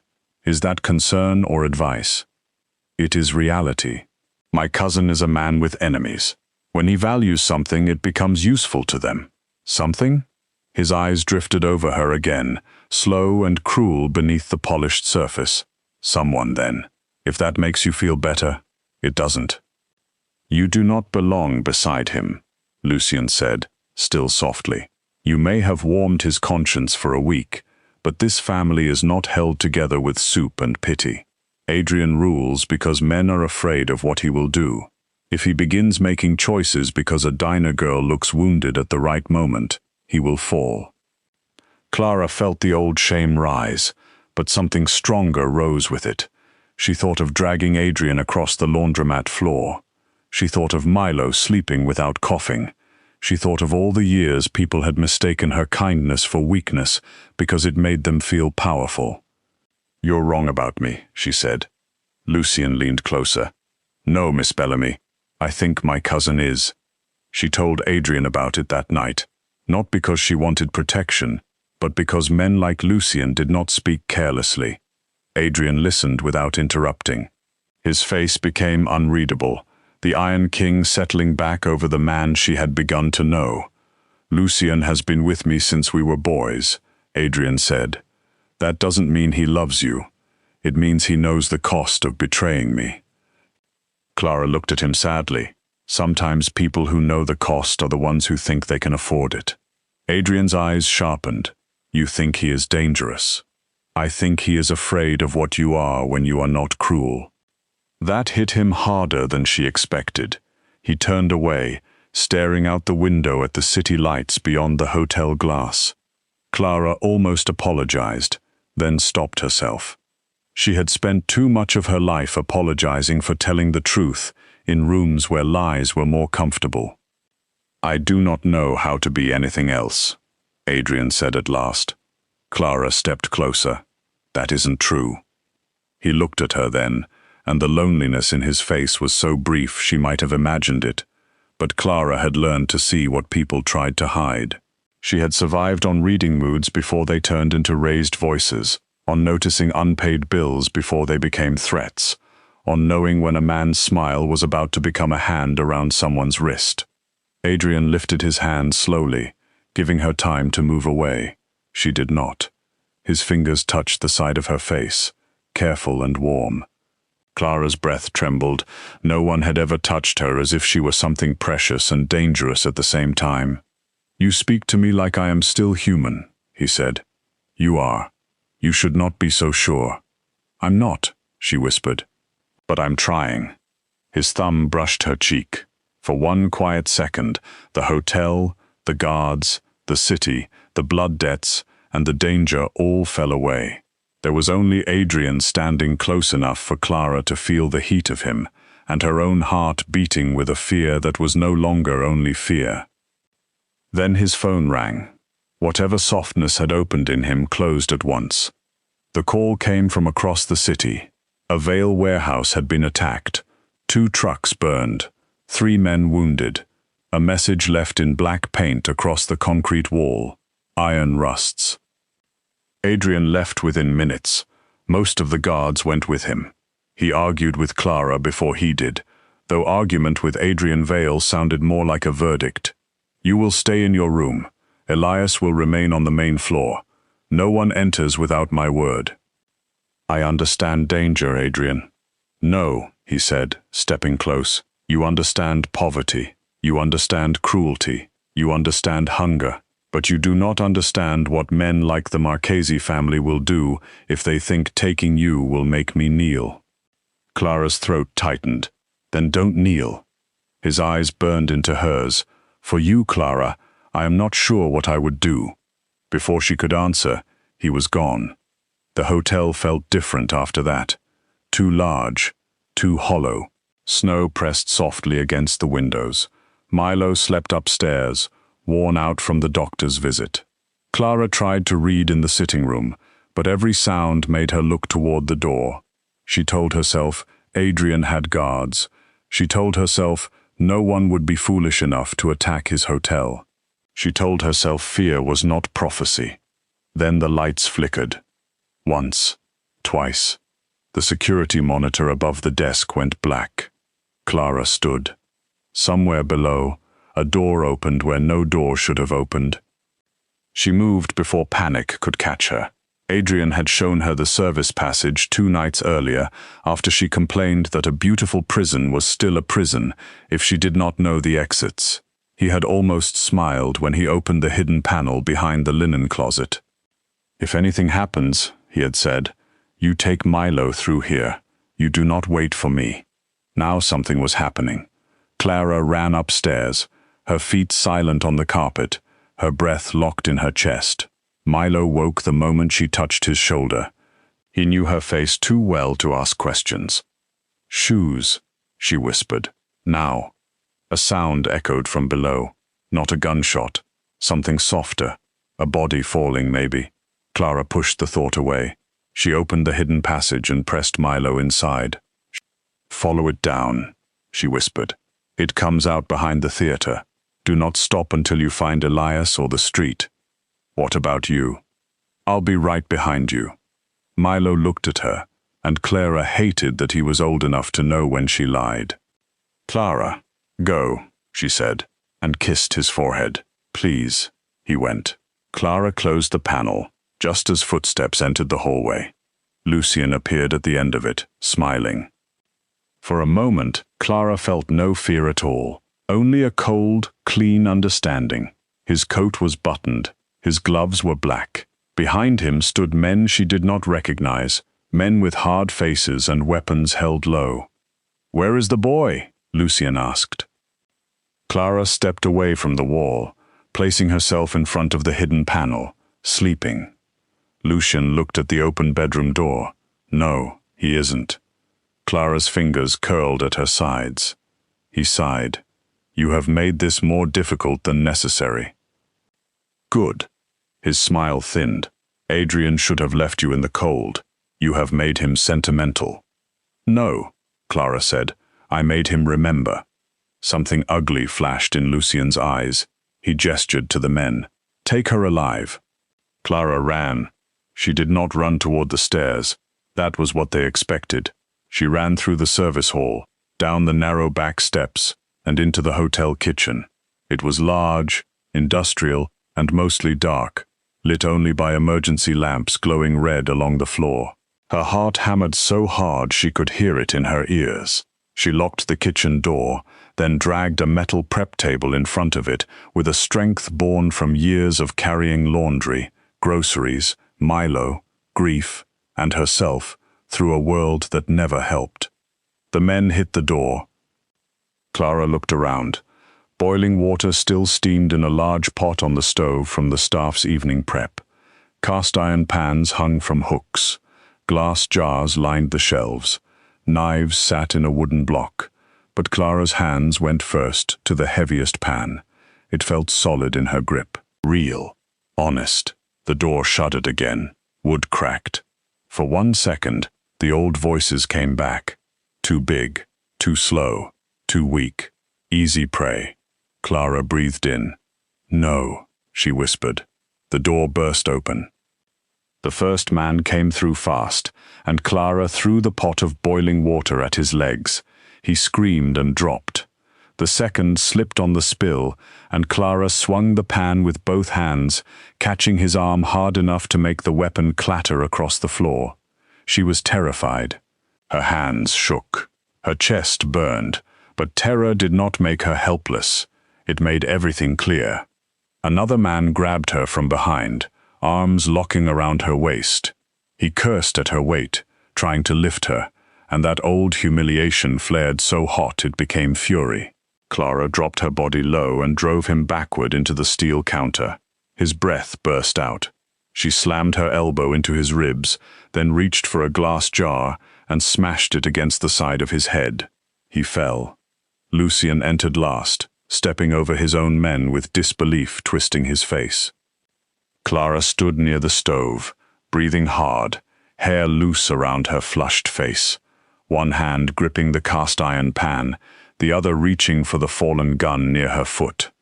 Lucien stared at her, as if she had broken a law of nature. "You ridiculous woman," he hissed. "Do you think this makes you strong?"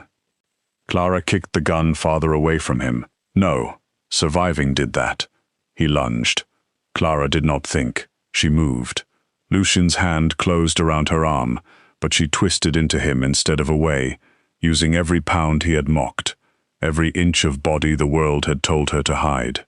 She drove him back against the industrial stove. His head struck the metal hood with a dull sound.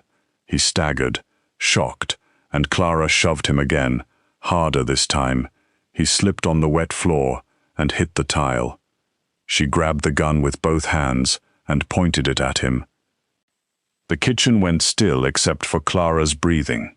Lucien looked up at her, blood at his mouth, hate in his eyes. "Adrian will never let you hold real power," he spat. "He will dress you up, protect you, use you to soften the room, but you will always be the poor fat girl he pitied." Clara's hands shook around the gun. The words hurt because they knew where to land, but they did not knock her down anymore. "No," she said. "I was poor, I am fat, and I am the woman who just beat you in your own trap." Footsteps thundered beyond the hall. Then Adrian was there. He entered the kitchen like a storm held inside a man. His coat was open, his face pale with a kind of fear Clara had never seen on him. Behind him came Elias, Milo, and half a dozen guards. Adrian's eyes swept the room, the broken glass, the fallen men, Lucien on the floor, and finally Clara, standing with the gun in her shaking hands. For a moment, no one spoke. Then Adrian crossed the room and stopped in front of her. "Clara," he said, voice rough. Her arms gave out. He took the gun before it could fall and handed it away without looking. Then his hands were on her face, her shoulders, her arms, checking for blood, bruises, wounds, anything the world had done to her while he was gone. "I'm okay," she whispered. His jaw trembled once, just once. "I told you to run." "I did." His eyes dropped to Lucien, not far enough. Clara touched Adrian's wrist. "Far enough to save Milo, far enough to choose where I made my stand." Adrian looked at her then, truly looked, and something in him shifted forever. His enemies had thought she was his weakness. Lucien had thought she was a soft place to cut. But Adrian saw what the night had revealed. Clara was not fragile because she was kind. She was not helpless because she was afraid. She was not weak because her body was soft. She was the only person in his world who could stand in a room full of violence and still know the value of mercy. Lucien tried to laugh from the floor. "You see? This is what she does to you. Look at your face. The Iron King, shaking over a diner girl." Adrian turned slowly. The room became colder. "No," Adrian said. "The Iron King is not shaking over her. He is standing because of her." Lucien's face changed. By morning, every important man in the Vale Empire had been summoned to the theater beneath the hotel. The white cloths were pulled from the seats. The chandeliers were lit for the first time in years. Men filled the rows in dark suits and quiet fear, whispering among themselves, until Adrian walked onto the stage. Lucien was brought forward in front of them all, alive, bruised, and stripped of every illusion of power. Adrian did not rage. He did not perform. His silence did more than shouting ever could. He told them what Lucien had done. He named the Marchesi family. He named the false attack. He named the open door, the cut feed, the plan to take Clara and use her against him. Then he looked across the theater. She saved my life when I was bleeding on a laundromat floor, Adrian said, and last night she saved this family from a traitor who mistook kindness for weakness. No one moved. Adrian stepped down from the stage and stood before Lucien. You believed love made me weak. Lucien lifted his chin with the last of his pride. Adrian's voice lowered. You were wrong. Love gave me something worth being better for. Lucien was taken away after that. Clara did not ask where. She did not want details. Some doors in Adrian's world opened into darkness, and she knew enough now not to pretend otherwise. But when Adrian returned to her, his hands were clean, and his eyes were tired. It is done, he said. Clara searched his face. And the Marchesi? They will come to the table, or they will lose everything. That sounds like war. It could have been. Adrian looked toward the stage where his mother had once sung, but I am considering another way. Clara studied him. Because of me? Because of what you reminded me. Days passed. The hotel changed again, not into a cage this time, but into a center of gravity. Men came and went. Deals were made behind closed doors. The Marchesi family, shaken by Lucien's failure and Adrian's controlled response, agreed to meet. Everyone expected blood. Everyone expected the Iron King to answer betrayal with fire. Instead, Adrian restored the theater. Workers cleaned the seats, repaired the stage, polished the gold trim, and brought the old velvet curtains back to life. Clara watched from the balcony as the dead place began to breathe again. A dressmaker came for her too, sent by Adrian but instructed by Clara. No tight cage of silk. No costume meant to make her look smaller. The gown was deep red, soft and heavy, shaped to her body with respect. It held her waist, honored her hips, and moved when she moved, like it understood that beauty did not belong to one size. On the night of the meeting, Clara stood before the mirror and barely recognized herself. Not because the dress had changed her, because it had not tried to. Milo stood in the doorway, smiling softly. Mum would have cried. Clara laughed, though tears filled her eyes. Mum cried at soup commercials. She still would have. Adrian waited outside her room. When Clara stepped into the hallway, every guard went silent. Adrian turned, and for one unguarded moment, the feared Iron King forgot the world. His eyes moved over her slowly, not with ownership, not with hunger alone, but with awe. Clara, he said, as if her name had become something sacred. She lifted her chin. Do I look like someone who belongs in the room? Adrian stepped close and offered his arm. No, you look like the reason the room exists. The theater was full when they entered. Heads of families, politicians with careful faces, lawyers, fixers, men who had ordered terrible things, and women who had survived worse ones. The air tightened as Adrian walked down the aisle, with Clara beside him.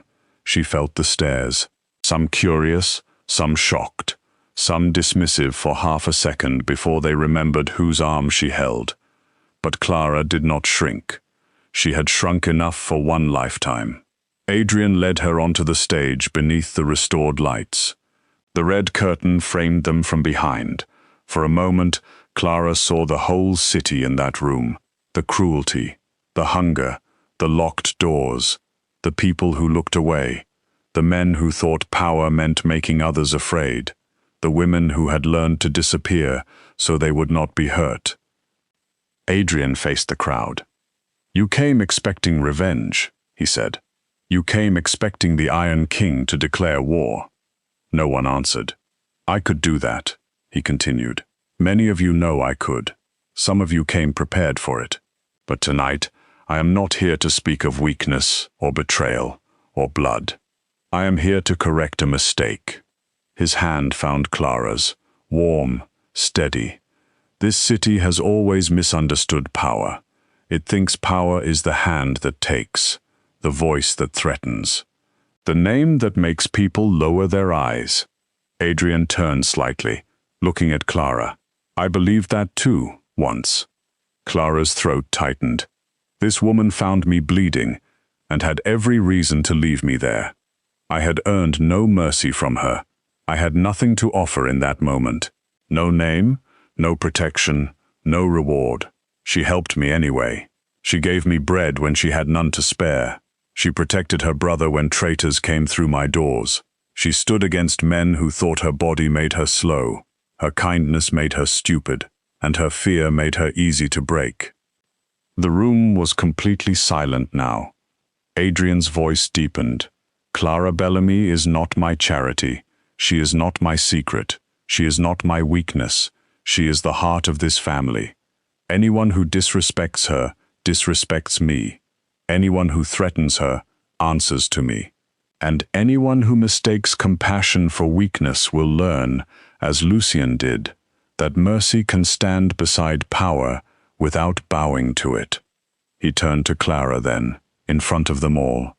But Clara did not need him to finish the story for her. She stepped forward. The movement surprised the room. Maybe it surprised Adrian too, though he did not stop her. Clara looked out at the faces below, at people who would once have ignored her on a sidewalk, stepped around her in a diner, laughed at her body, or dismissed her voice before she used it. My whole life, Clara said, and though her voice was soft, the theater carried it. People told me I was too much and not enough at the same time.